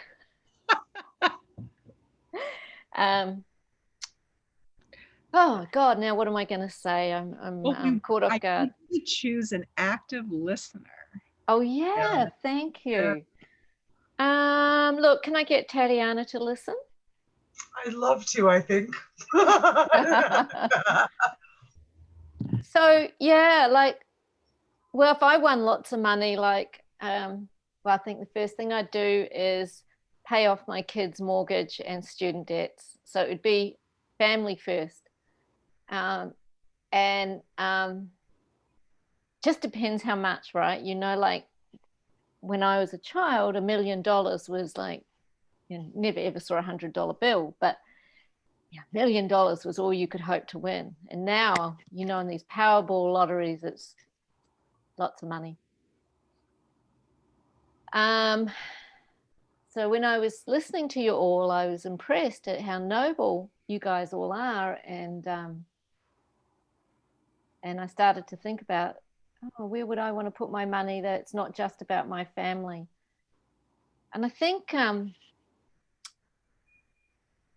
I liked what you said, Tatiana, about focusing on the protesting, but also focusing on a future orientation.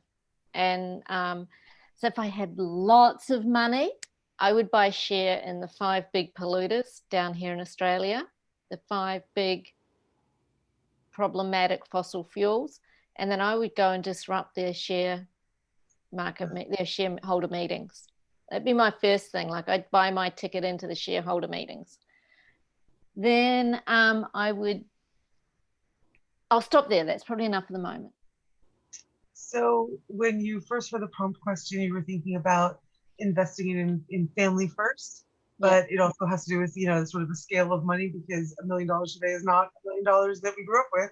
So if it were absolutely no concern, however, because you liked sort of what you were hearing in what other people were saying, in the idea of making plans for the future. So you would buy your way in to have representation on the stockholder meetings of the 5 big fossil fuel companies or polluters, and would go disrupt their meetings. Yeah. And because in Australia, a lot of changes happening with, they're our pension funds, and we call them superannuation funds, devolving out of de-investing in fossil fuels because their customers, pension holders are saying, if you don't, we'll shift our funds, because we can, with the structure of pension funds here. So there's just getting to be this powerful, huge lump of money that's got some influence. So while I love Extinction Rebellion shutting down streets and roads and disrupting cricket games, I think a big part of it is when shareholders say, we won't put our money in your company if you. So I'd like to use my money to do that. So you're really seeing the efficacy of using your dollars to make your votes, essentially. And because of the pension system, superannuation system in Australia, you know, they figured out this really clever way of leveraging public funds for positive influence. And I think another thing I'd love to do is start a foundation or a trust for innovation and mentoring for young people, so that they get connected, particularly young people who aren't well connected. You know, they're really amazing young people, but they don't know people in positions of influence or power. And so they miss that privilege, as it were, that other people just are born into. So, you know, education is really important to me. So definitely funds for supporting young people into tertiary and vocational education. So you'd like to start a trust or I forget the other word you used. But foundation, yeah. Foundation, thank you.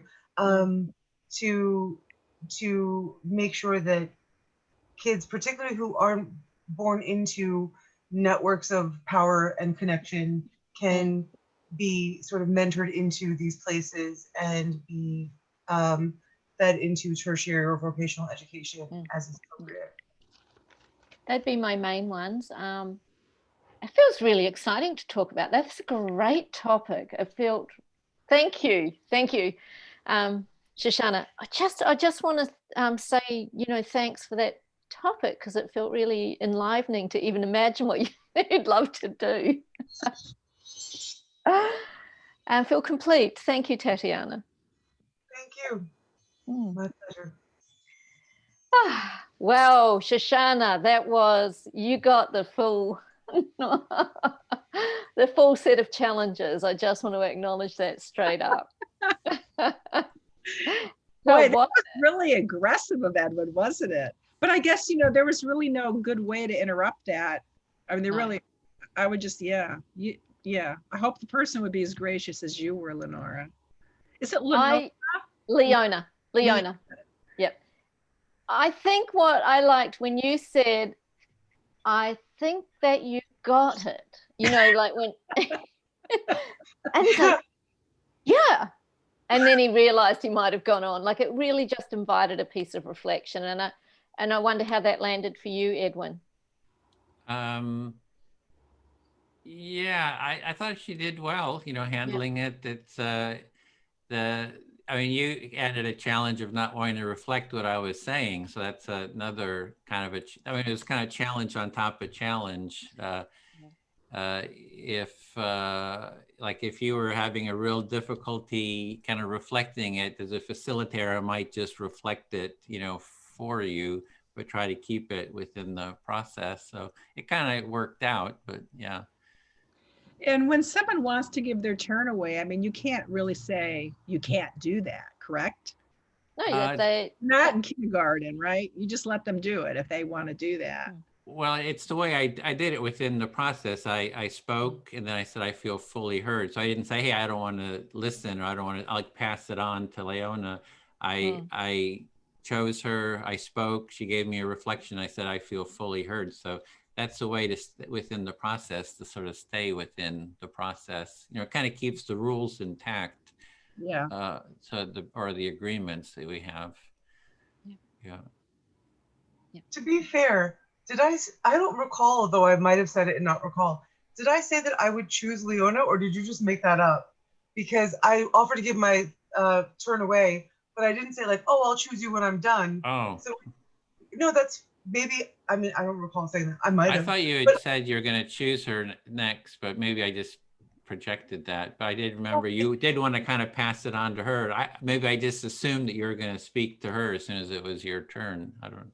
I didn't know if you were just being further like problem child by, casting aspersions just so you could be patronizing to Leona. So I didn't know if I could well have said it or said something like, I could pass to you or something. I just don't remember. That's all. Okay. Yeah. It was really interesting dynamic. And Shoshana, you had to handle a lot. And, I can't honestly say where I would have stepped in necessarily. And I'm not sure Edwin might have more reflection on this. But sometimes it's really helpful to just let it roll a little because it resolves itself. This sort of like Edwin gave a little pushback on what I was doing, and then I needed to stay in the process, and away we went. So sometimes it just evens itself out.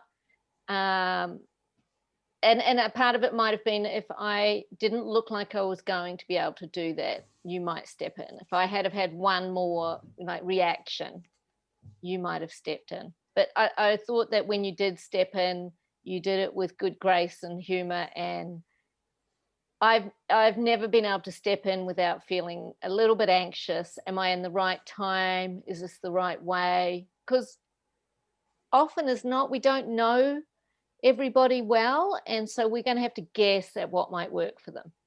So we have to be kind to ourselves about that.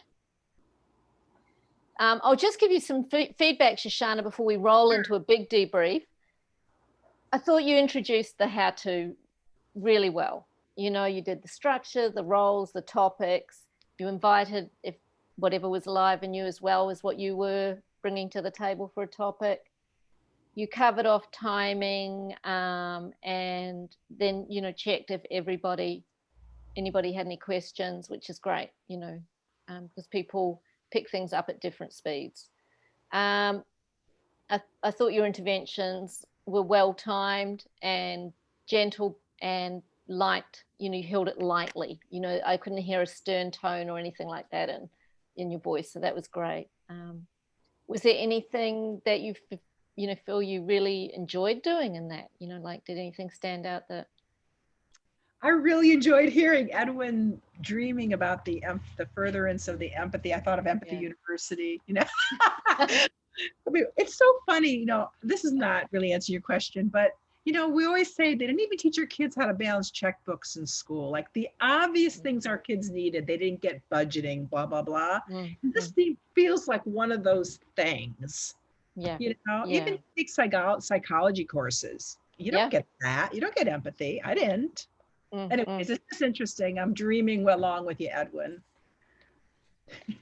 Yeah. And I mean, for me personally, I was trying to think when I heard the word passive listener, and I'm thinking, do I use that word? And I can't remember, to be honest, on the moment. I thought it was inactive. Yeah, or I often say supportive listener. So there's a listener who's reflecting, and the rest of us kind of are supportive. We're paying attention. We're supporting the process. Yeah, I use silent listener. But so you're still really there rather than... You need to be engaged. Yeah, checking Facebook or whatever, right? Right. Because you're not having to do anything for this 5 minutes. Right. Yeah. And that can be something that can be named, like when you're in the role of the silent or supportive listener, it really is an active role. You're really supporting the person listening and speaking, those two people. And, because we live in a culture now of high distractibility, and people often have their mail running in the background. And so, it can be just like, really just invite you to switch off any distractions right now, because there's something really precious about having all of your attention with the group, something like that.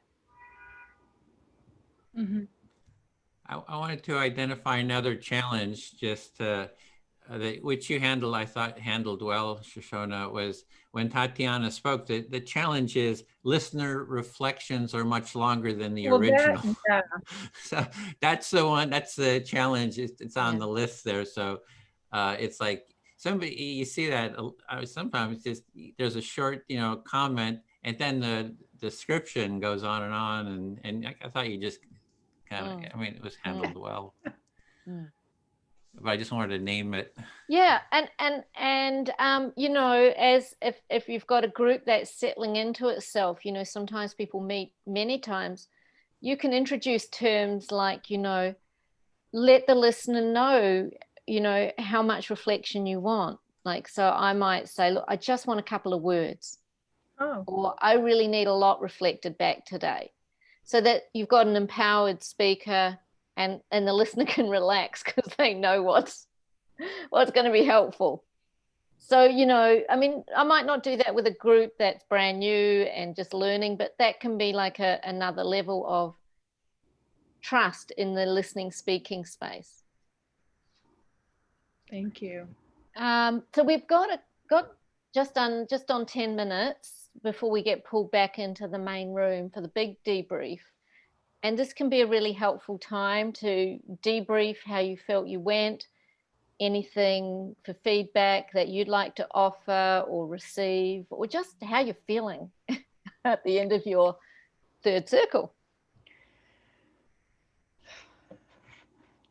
This is for Tatiana and I, right? Yeah. I can begin if that's okay with you, Shoshana. Okay. So I'm feeling a lot of gratitude for the fact that I was a bit nervous of, what it would feel like to be presented with conflicts, and I didn't know which ones you were going to choose, right? And so I'm grateful for the fact that you modeled it well, and it was still a challenge, but it was so preposterous to see anyone in these circles behaving that way.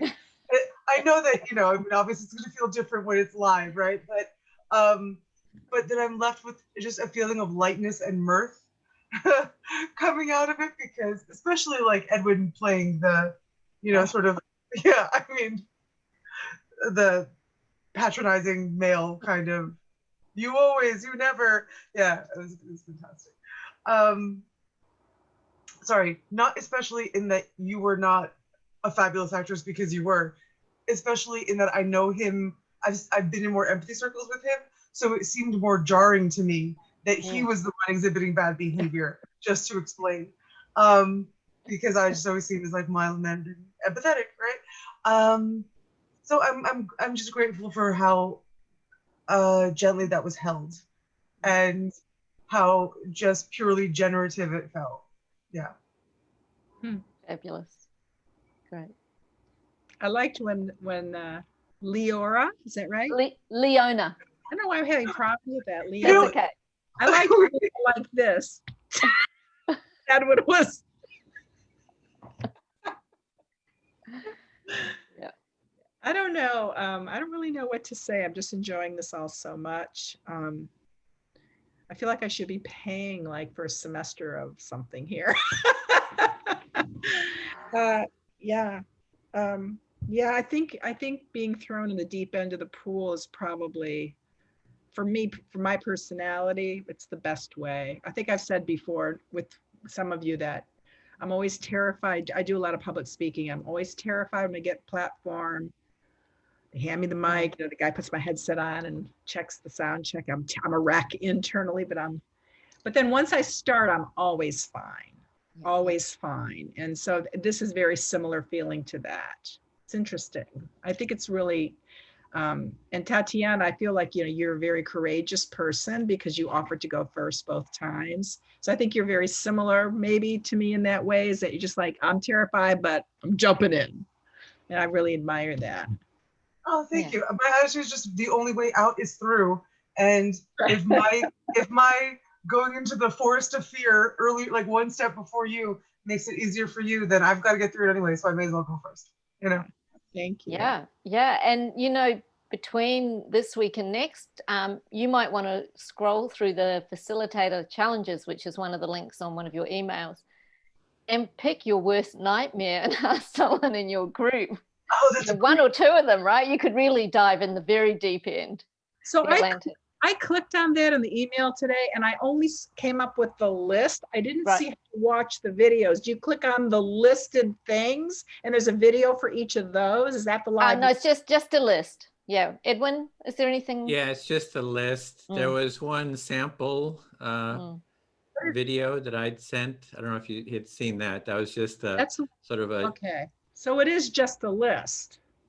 Yeah. I thought there was also supposed to be a document though that we were supposed to fill in challenges that. Oh yeah, that's at the list. If you go to the bottom of the list, you can add them. It's you just scroll to the bottom of the list. Got it. I didn't know. You can just add any. Perfect. Weren't really clear on that, but you're developing. Trying to figure out a way of sort of harvest the challenges so we can keep iterating on those and keep refining them and building. So we're still sort of. I was hoping to kind of harvest kind of challenges that you're concerned about. And I mean, eventually we want to have like little video clips of each one, samples, but that's sort of a multi-year project to create that. I don't know, I think between Leona and probably a few other people, you probably put those together. Yeah, if you're recording this, you just got one. Yeah, oh yeah, I guess, yeah, right. We're kind of role-playing them. Yeah. Is this a proper place to ask? I have a question, Edwin, and if this isn't the proper place, just shut me down. I'm just wondering when you do this in person, how that works. Like I'm assuming you and another trained type person who knows the process are sitting in chairs, and do you invite people who are just roaming around to sit and you explain and you start going? Yeah, we had set up the empathy tent, but when we do it in public, we set up the empathy tent and invite people to come and say, first we offer listening to them. And then if a group kind of gathers, we say, oh, we also do empathy circles and kind of invite people. But that's sort of on the streets. Usually it's more like, posting an announcement, people join into a cafe or into an online circle. You do it with friends or family. Do you think this would work on a meetup? Oh yeah, sure. We gotta send this broadcast. We're just broadcasting. You mean just schedule it on a meetup and people join? Yeah, that's what we do with Facebook. I'd like to ask a question about something that came up in the group that I ran. So one of the women, she was very aware of trying to, get the rules right and not mess up. And and I get it. We all kind of can feel that way in the beginning. But one thing that she noticed is that she was having a really hard time keeping herself out of the reflection. And my conjecture in the moment was, I think maybe it can be a little more difficult specifically with our group because we all already know and have empathy for one another versus complete strangers from all over the world, which are usually what your empathy circles are. And I was just wondering, was I making that up completely? Because it felt right, but yeah, I did tell her that I'm not sure of this. I think that it could be because of this. Yeah, Leona, what's your? Look, I mean, I think it varies from person to person, and it can just be a matter of asking, putting ourselves into a reflection is often just a conversational pattern that is cultural. And it can just be a thing we say, this is one of these places where we just stay with the other person's experience. And it does feel weird, and really validate how weird it feels. Mm. Yeah, there's no fine line. I mean, it's you kind of have to feel it. If somebody's doing something like, going off, there's some that's really clear, right? They're asking a question or something. Others, it's kind of subtle, and I kind of let it go. And the criteria is, does the speaker feel heard to their satisfaction? You know, and that's, so it's a lot up to the speaker to say, hey, you know, I didn't really feel heard here. Would you, you know, let me say it again. So it takes out of the hand of the facilitator and really puts it into the hand of the speaker. And if you say, oh, I feel heard, then, you know, you feel heard. It's to your satisfaction. So I think I was just asking, though I appreciate that because all that was fantastic knowledge. I was asking specifically about the fact that, have you noticed, either for yourself or others who already know each other, that it seems generally harder for them to keep themselves out? Because here's the thing, the kinds of things that she kept interjecting of her own self was things like, I know I'm not supposed to interject myself, but oh my God, what you just said is amazing. And I think you're an amazing person, but okay, like, so back to you, you know, because she's so connected to us and loves us already, you know? So that's like, is that a common thing with people that know each other already? It's more difficult because you're so celebratory of the person that you already love. I think you can slip out of the structure when you're with people you normally having conversations and you know, back and forwards with, because that's the thing, you know, with them. So yeah, I think, I just want to acknowledge that that can be really hard for people. And she's already letting you know she knows she shouldn't, and that's a really interesting pattern.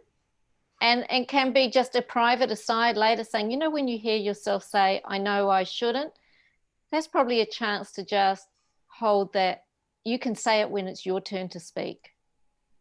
If you want to give that validation or celebration to someone, when you come around to your turn, by all means. we have 30 seconds, just giving a heads up here. That's lovely. Thank you, Leona. That's a good point. It's interesting. I was teaching a class 2 weeks ago, and apparently something happened that I just glossed over. And yesterday I got a text. We had a class, and she said in the text, I'm so sorry. I wanted to apologize that I, you know, took over. And she said,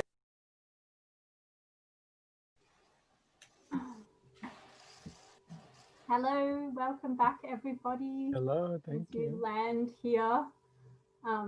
Sorry for that quick transition for my group. I need to do a bit more better timing for everyone, but yeah, I hope everybody else had some good complete practice in there and you learned some things.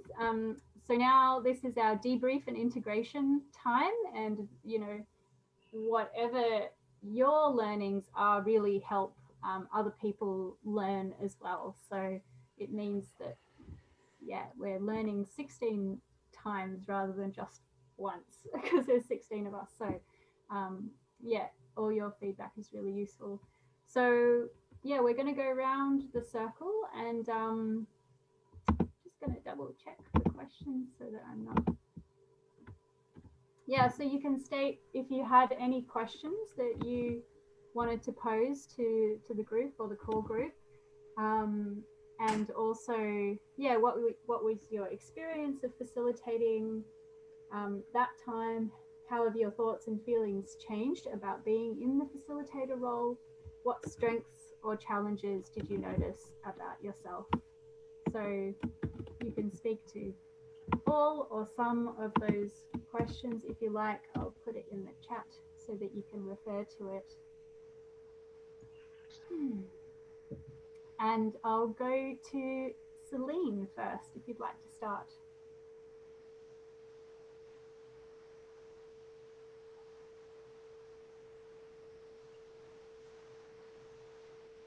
Are you there? Can you hear me, Celine? Oh, I'm sorry. I didn't hear you. Oh, that's all right. Would you be okay to go first? Sure. Okay. Well, I enjoyed the session a lot, and I think Kavita is not able to get enough bandwidth to be with us, but I really enjoyed watching her process and her facilitation and her learning. And for myself, I enjoyed it also. I appreciated having some very mild challenges, kind of a 0.5 level, if I'm, and feel eager to practice. That's what seems to me I need.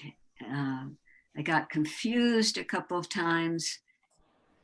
But, I want to keep going and practicing so I can do this and do it in the midst of a challenge, whether it's an internal one like, oh shit, I'm totally lost, or something that's coming from one of the participants.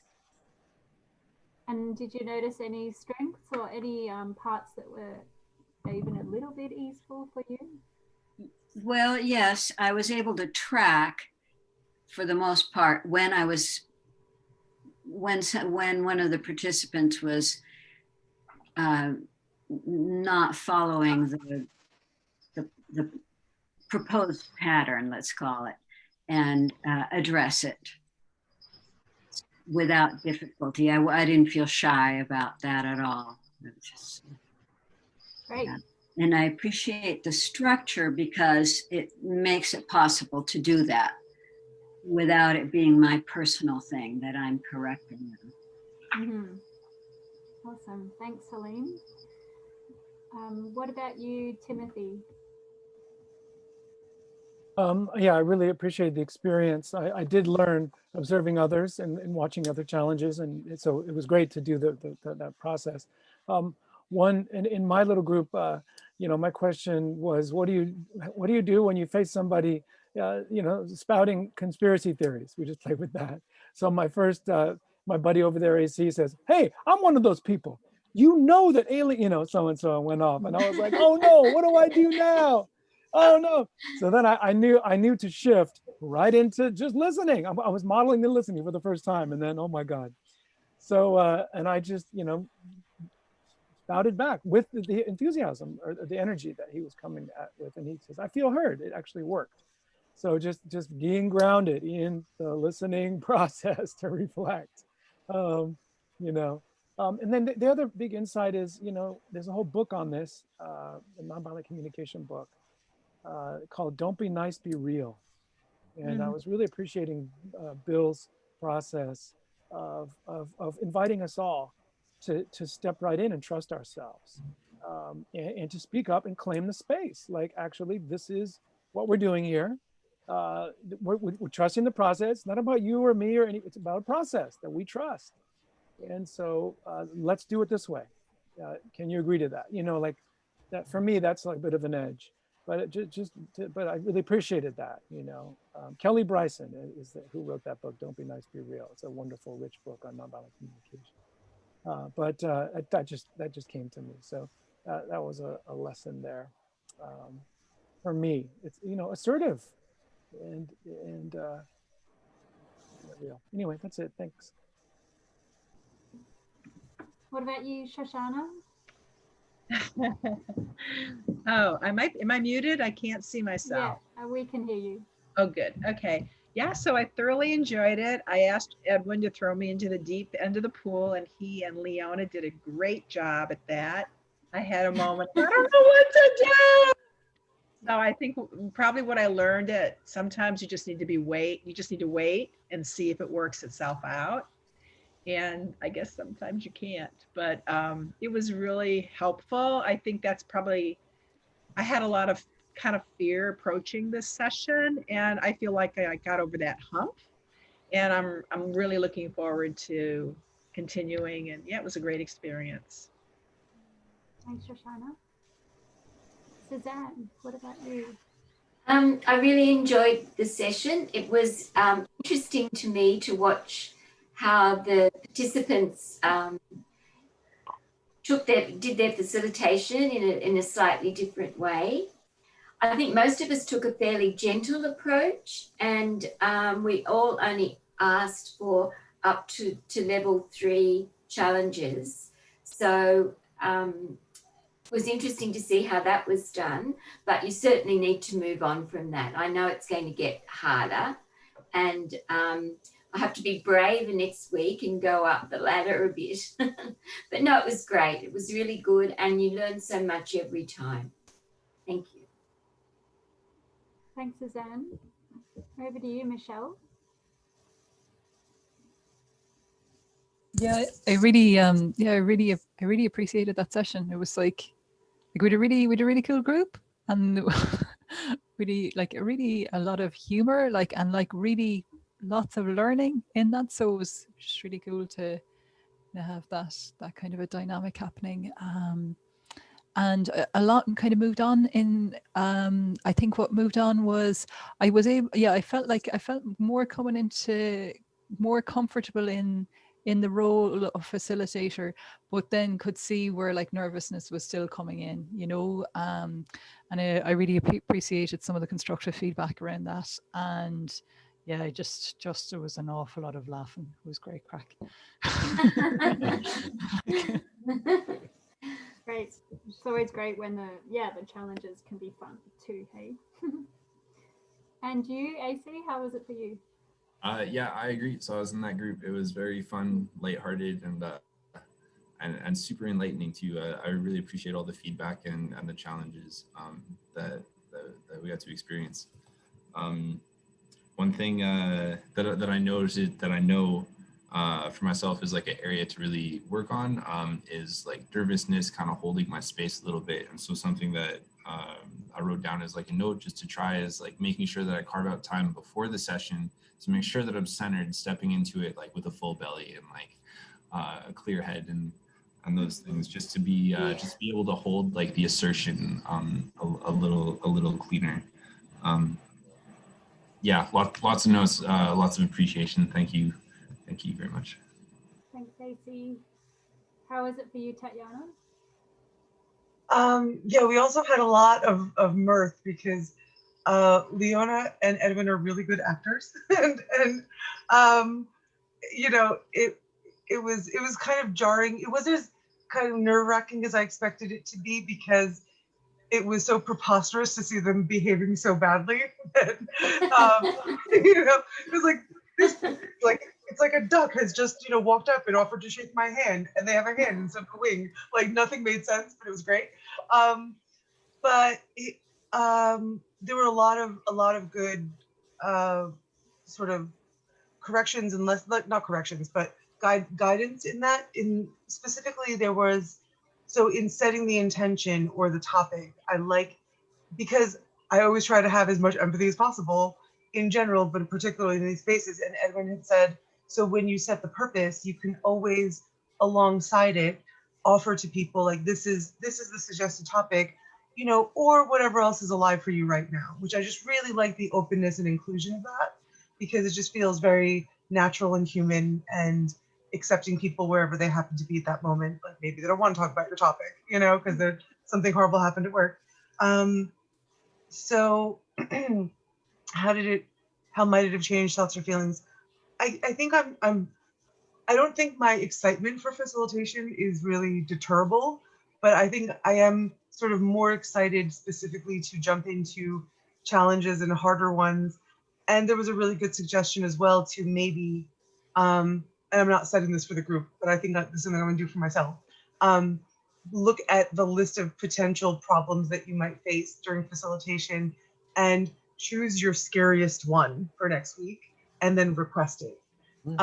Just to really just face that ogre. And I feel a lot of gratitude for going through that process in a space that feels safe, where it's okay to just play around with it and get feedback, and in a loving and accepting way. And so challenges, I think for me is I'm aware of like my mind monitoring and like moving from place to place. So it's particularly if I'm facilitating and listening. So I'm timing, I'm listening to grab everything, I'm monitoring what else is happening. You know what I mean? So I'm sure that whole sort of awareness thing will become a little more reflexive, and I can feel more of a sense of relaxation. And to what AC was saying, like managing the nervousness, I like the idea, AC, to do self-care and center beforehand. And just generally, because I come from the Northeast and everyone in this area talks too fast, my whole life I've been told I need to talk slower, so I need to be mindful of that, especially for people who might not have English as their first language. And as far as strengths, I think I have good reflexes, I think, in facilitation and empathy. So hopefully that will see me through well. Fun. Lots of juicy things in there, Tatiana. Thank you. What about you, Joe?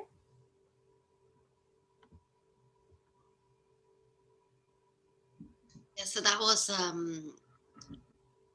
really interesting to especially kind of have three of us going through and just even observing other people's challenges and how each of us bring in our different qualities and kind of our energies and into the process. So I really appreciate having the chance to facilitate myself and to observe how others are doing it.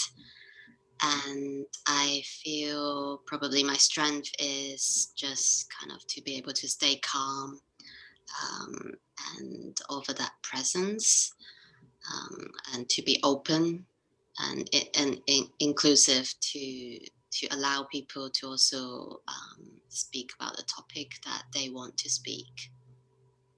And I think at growing edge is it's quite early where I am, so I'm not fully awake. So I would not suggest doing that at all when you kind of, and before coffee as well, just a lot of listening and kind of processing to do. So yeah, I would suggest different timing when I do offer this for real. Yeah, thank you. What about you, Victoria? How was it for you? I think it was a really nice experience, and I could see that in the challenges that were just level 3, I got very nervous and I didn't know really how to handle those situations. But I could see that I was stopping a lot the person. I was just like, and that was not really good. I didn't let them to flow in their conversation. And I learned that I could tell the speaker, I can empower the speaker to say, if you're not being fully heard, you can just like maybe say that that you're not being fully heard, that maybe that was not what you meant. So, and I can also empower the listener to stop the speaker if the listener thinks that is too much, because I saw it as my role. Like, I think that the listener is not really catching everything, so I should stop. But maybe that could be a role for the listener too. So at the beginning, I can empower the listener to stop the speaker if it's too much.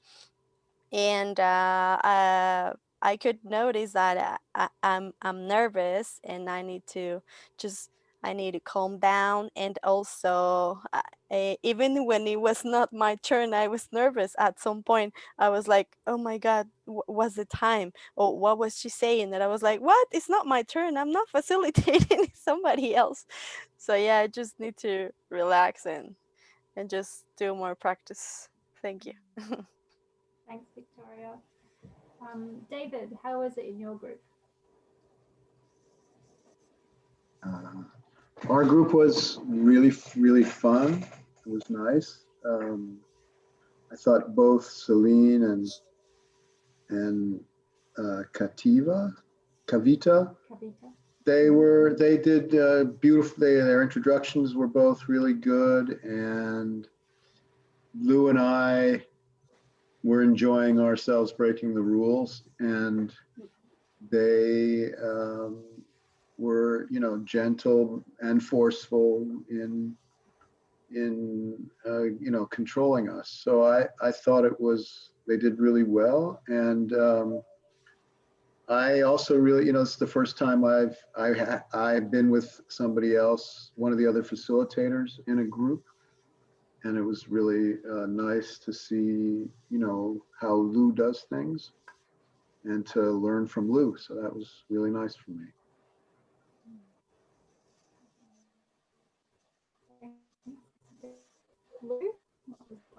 Yeah, I really enjoyed our group also. As Dave said, it's really fun. I'm such a well-behaved human being. It's really fun to not behave so well.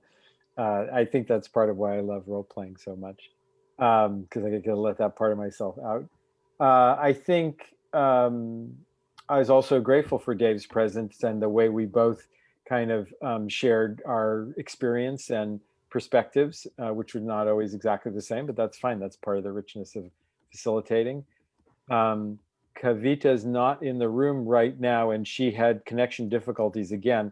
And I just want to say how amazing I think she is that she persisted in trying to reconnect and listened as much as she could. And she actually did get a job, a chance facilitating before she started having problems. I was reminded of three things that that I want to say that came out of this. One is that when facilitators intervene to hold the process, you know, to see that people are following the process, they create safety for everyone in the circle. So if as a facilitator you worry or are nervous about controlling or, you know, intervening, remember that by doing that, you're creating safety for everybody. The most unsafe conditions are created when someone says, this is what we're going to do and this is the process, and then they don't follow it. And people go all over, you know, so you're creating safety when you do that. The second thing is, if people are having trouble reflecting because they disagree with what the person's saying, that reminding them that reflecting is not agreeing. And that sometimes that's the reason people have trouble reflecting, is because they think that they're agreeing. That means that they're agreeing with the person. And the third is that when people do get a chance to just reflect and they get into the habit of doing that, that often people feel relief because they realize they actually don't have to do anything other than listen, then reflect back and be present, and that that's what listening is. Not they don't have to decide if it's right or wrong, or they don't have to figure out how they're going to respond or solve a problem or whatever. And often I've had participants that learn the process say that they realize they weren't a good listener before, and that they experience a lot of relief realizing that they really just have to reflect back what they're hearing the person say. Great, thank you so much, Lou. That's really helpful. Edwin, how was it in your group? Yeah, in our group, I just love taking part in this and hearing all the different ideas and insights that come up. Because I'm thinking, I'm always in the back of my mind, I'm always thinking about how do we design this training? You know, how do we improve the training? What can we do? And so I'm like taking notes. This is something that came up. So yeah, so I learned a lot and got a lot of insights for kind of new, you know, additions, and especially to document the challenges. You know, there's we want to really sort of flesh out what the challenges are, create samples of them, and so forth. So yeah, I really grateful for everyone taking part in this. Leona, what about you? How was it in your group? Yeah, I really enjoyed sharing the circle with Tatiana and Shoshana and Edwin, and we did have a lot of fun. And like Lou, it gives the non-compliant parts of me some airtime, which is always interesting. And I see Edwin has the same thing happening. And really just celebrating, you know, the settling in that's going on at this third week, and seeing the confidence building, and the like, oh yeah, I can find my own way as an empathy circle facilitator, and also the love of learning. So those things are really thrilling for me to witness and be a participant in. So thanks, everyone. Thanks, Leona. And Bill, you're the last one. Yeah, I really appreciate everybody every time I'm into these circles, just whatever he's bringing to it. And I, you know, as I struggle with our, you know, stuff that's happening on the earth today, I really feel encouraged. And that led me to really, you know, in the facilitation is a distinction between like accepting yourself and owning the space. And it doesn't come over as overbearing. It, like Lou said, it kind of tampons things down. So like, I feel that generally I could say, give yourself more credit than you give yourself. And then the other thing is that an ongoing process for me is I constantly try to simplify. And in fact, one of the experiments I did is to oversimplify, cut things down to the bare bones, and then contrast that with what you're saying, and then find your sweet spot in there. So that was really great. I really appreciate it, and we laughed a lot, and I always like that. Thank you. Thanks, Bill. In my circle, I think everyone did really well.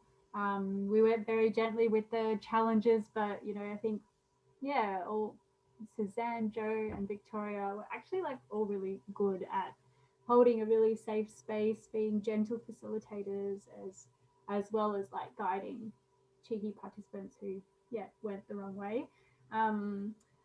But I seem to be the only one like really being challenging in there, so I'd really like a lot more interjection from like other people next time. So yeah, can see other people's cheekiness too. Yeah, that'd be great. Cool. So thanks for everyone, sharing all those. That's really good gleanings from everyone. Does anyone have any particular final questions? We still have about 6 minutes before the end, so we can sort of share about any questions or that you might have, or any other tips from the core facilitators, the trainers. I had just that one question I brought up at the beginning of the session, in terms of describing that state of being heard.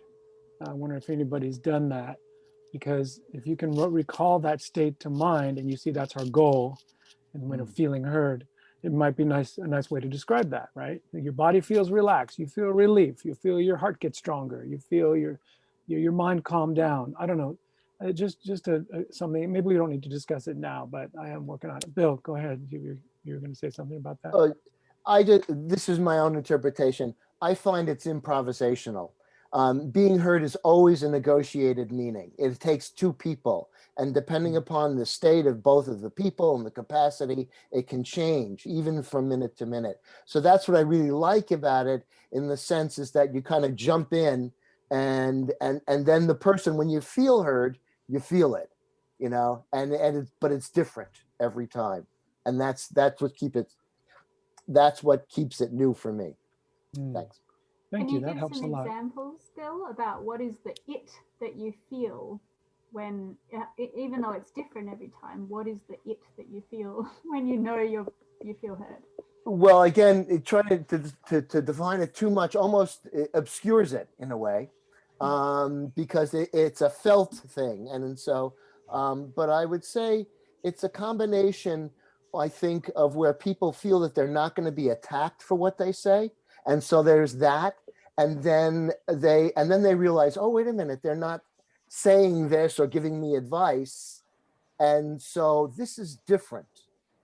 And so it almost, I see it as like a taking away of everything that's not necessary to really experience your core self and someone else's core self as much as possible. I see Shoshana and Edwin. Shoshana, I saw your hand go up. Since I asked the question, so I'd love to go for it. Yeah. Go ahead. Yeah, so I think it was 2 weeks ago. The question involved the list of, I think they were called core values. There was honesty, authenticity, that whole list. And we had a conversation about that. And Edwin came up with this phrase, microdoses of love. And I really do feel, after I've been in an empathy circle, that I have been loved. It's just like the room's got their arms open. It's like, Shoshana, I am so glad you're here. That's how I feel at the end of an empathy, and even during an empathy circle. Like when you wake up in the morning, it's just like someone says, you woke up, I'm so glad you're here, that you exist. That's that microdoses of love that Edwin came up and coined that phrase. To me, that's feeling. Thank you so much, Shoshana. Yeah, I love the question, Timothy, and it seems like it would be great for like an empathy cafe of its own, just to spend the whole like 2 hours sort of exploring it and sort of mapping out that territory. And, you know, I've got sort of this vision for like 16 session training, and that's like one module right there. Like, how do we listen more deeply, you know, and how, you know, and I feel that's sort of my edge too, is like, how do I really, I mean, I can feel it when I really hear someone, I can just feel it and sense it. And, you know, how to create that, you know, I don't always have that. It's different levels, and, you know, to really map out that territory, I think would be a great. Thank you. I'm hearing two pieces. Well, first question is, what does it actually feel like to perceive that I'm being heard and valued, that I exist? What does it actually feel like? And number two is, what does it feel like, or how do we know it's working when we're actually doing the listening? What does it feel like to really get somebody? Or what is that experience like? I just heard you say both, send a second one, Edwin. So I'm just distinguishing those two questions. Thank you. Lou, I saw your hand go up. Yeah, I just wanted to make a comment about, you know, so I totally agree with everything that's been said so far. And I do agree that, you know, there are elements that go into a really good quality reflection where the person feels really heard. But I think it's also really important for facilitators not to develop reflection snobbery or listening snobbery, where you have a very high judgment of what is a good listening, and because what can happen is you can subtly communicate to people that their listening is inadequate, like their reflections are inadequate.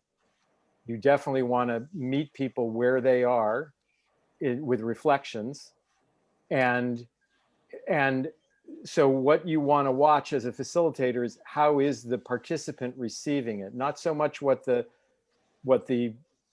reflector is doing, but does the participant feel heard? And if they say they do and you believe it, then that's fine, whatever the level is. The place where you want to intervene is if you really think the person is not being heard and they're just being polite, like they don't want to say, I don't feel heard, then you want to do something as a facilitator. Thank you. Oh, I'm so grateful. I saw hands go up there. And then I see that it's 5:30, and I also saw Tatiana's hand go up for that question, but I give it back to the facilitators for our training. Yeah, shall we hear from Tatiana, and then yeah, one of the others can close. Just really quickly, not much to add to it other than what Edwin brought up about both like sort of introducing the listener as well into the process that you asked about, Timothy, made me think of something that came up in the group that I ran this weekend, which was the empathy or the sense of peace that I feel after an empathy circle is by far less due to the listening and reflecting that has been done for me, but more due to the listening that I have done and reflecting for other people. So it's almost like I feel much more enriched by being there for someone else than needing other people to be there for me. So yeah, I just wanted to track that. Thank you. Lou and Bill, do you want to say something about next week's session? Just next week we won't be practicing introductions again, because we've done that twice. So we'll spend more time on practicing facilitation again. So we'll break out and do that. And then we'll be returning at the end, reflecting a little bit on culture of empathy and how the circle practice, you know, embodies that. Anything you want to say, Bill? No, I just have a great week. I know it's been stressful for everybody, and I'd love to see you again.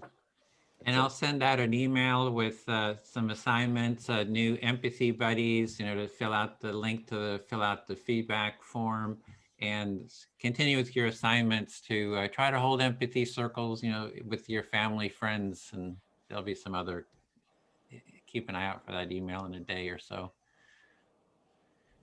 Cool. Thanks for coming, everyone, and see you next week. Thank you. Thank you, everybody. Thank you. Great. So grateful for you. Grateful, everybody. Thanks so much. Good night. See you, Timothy.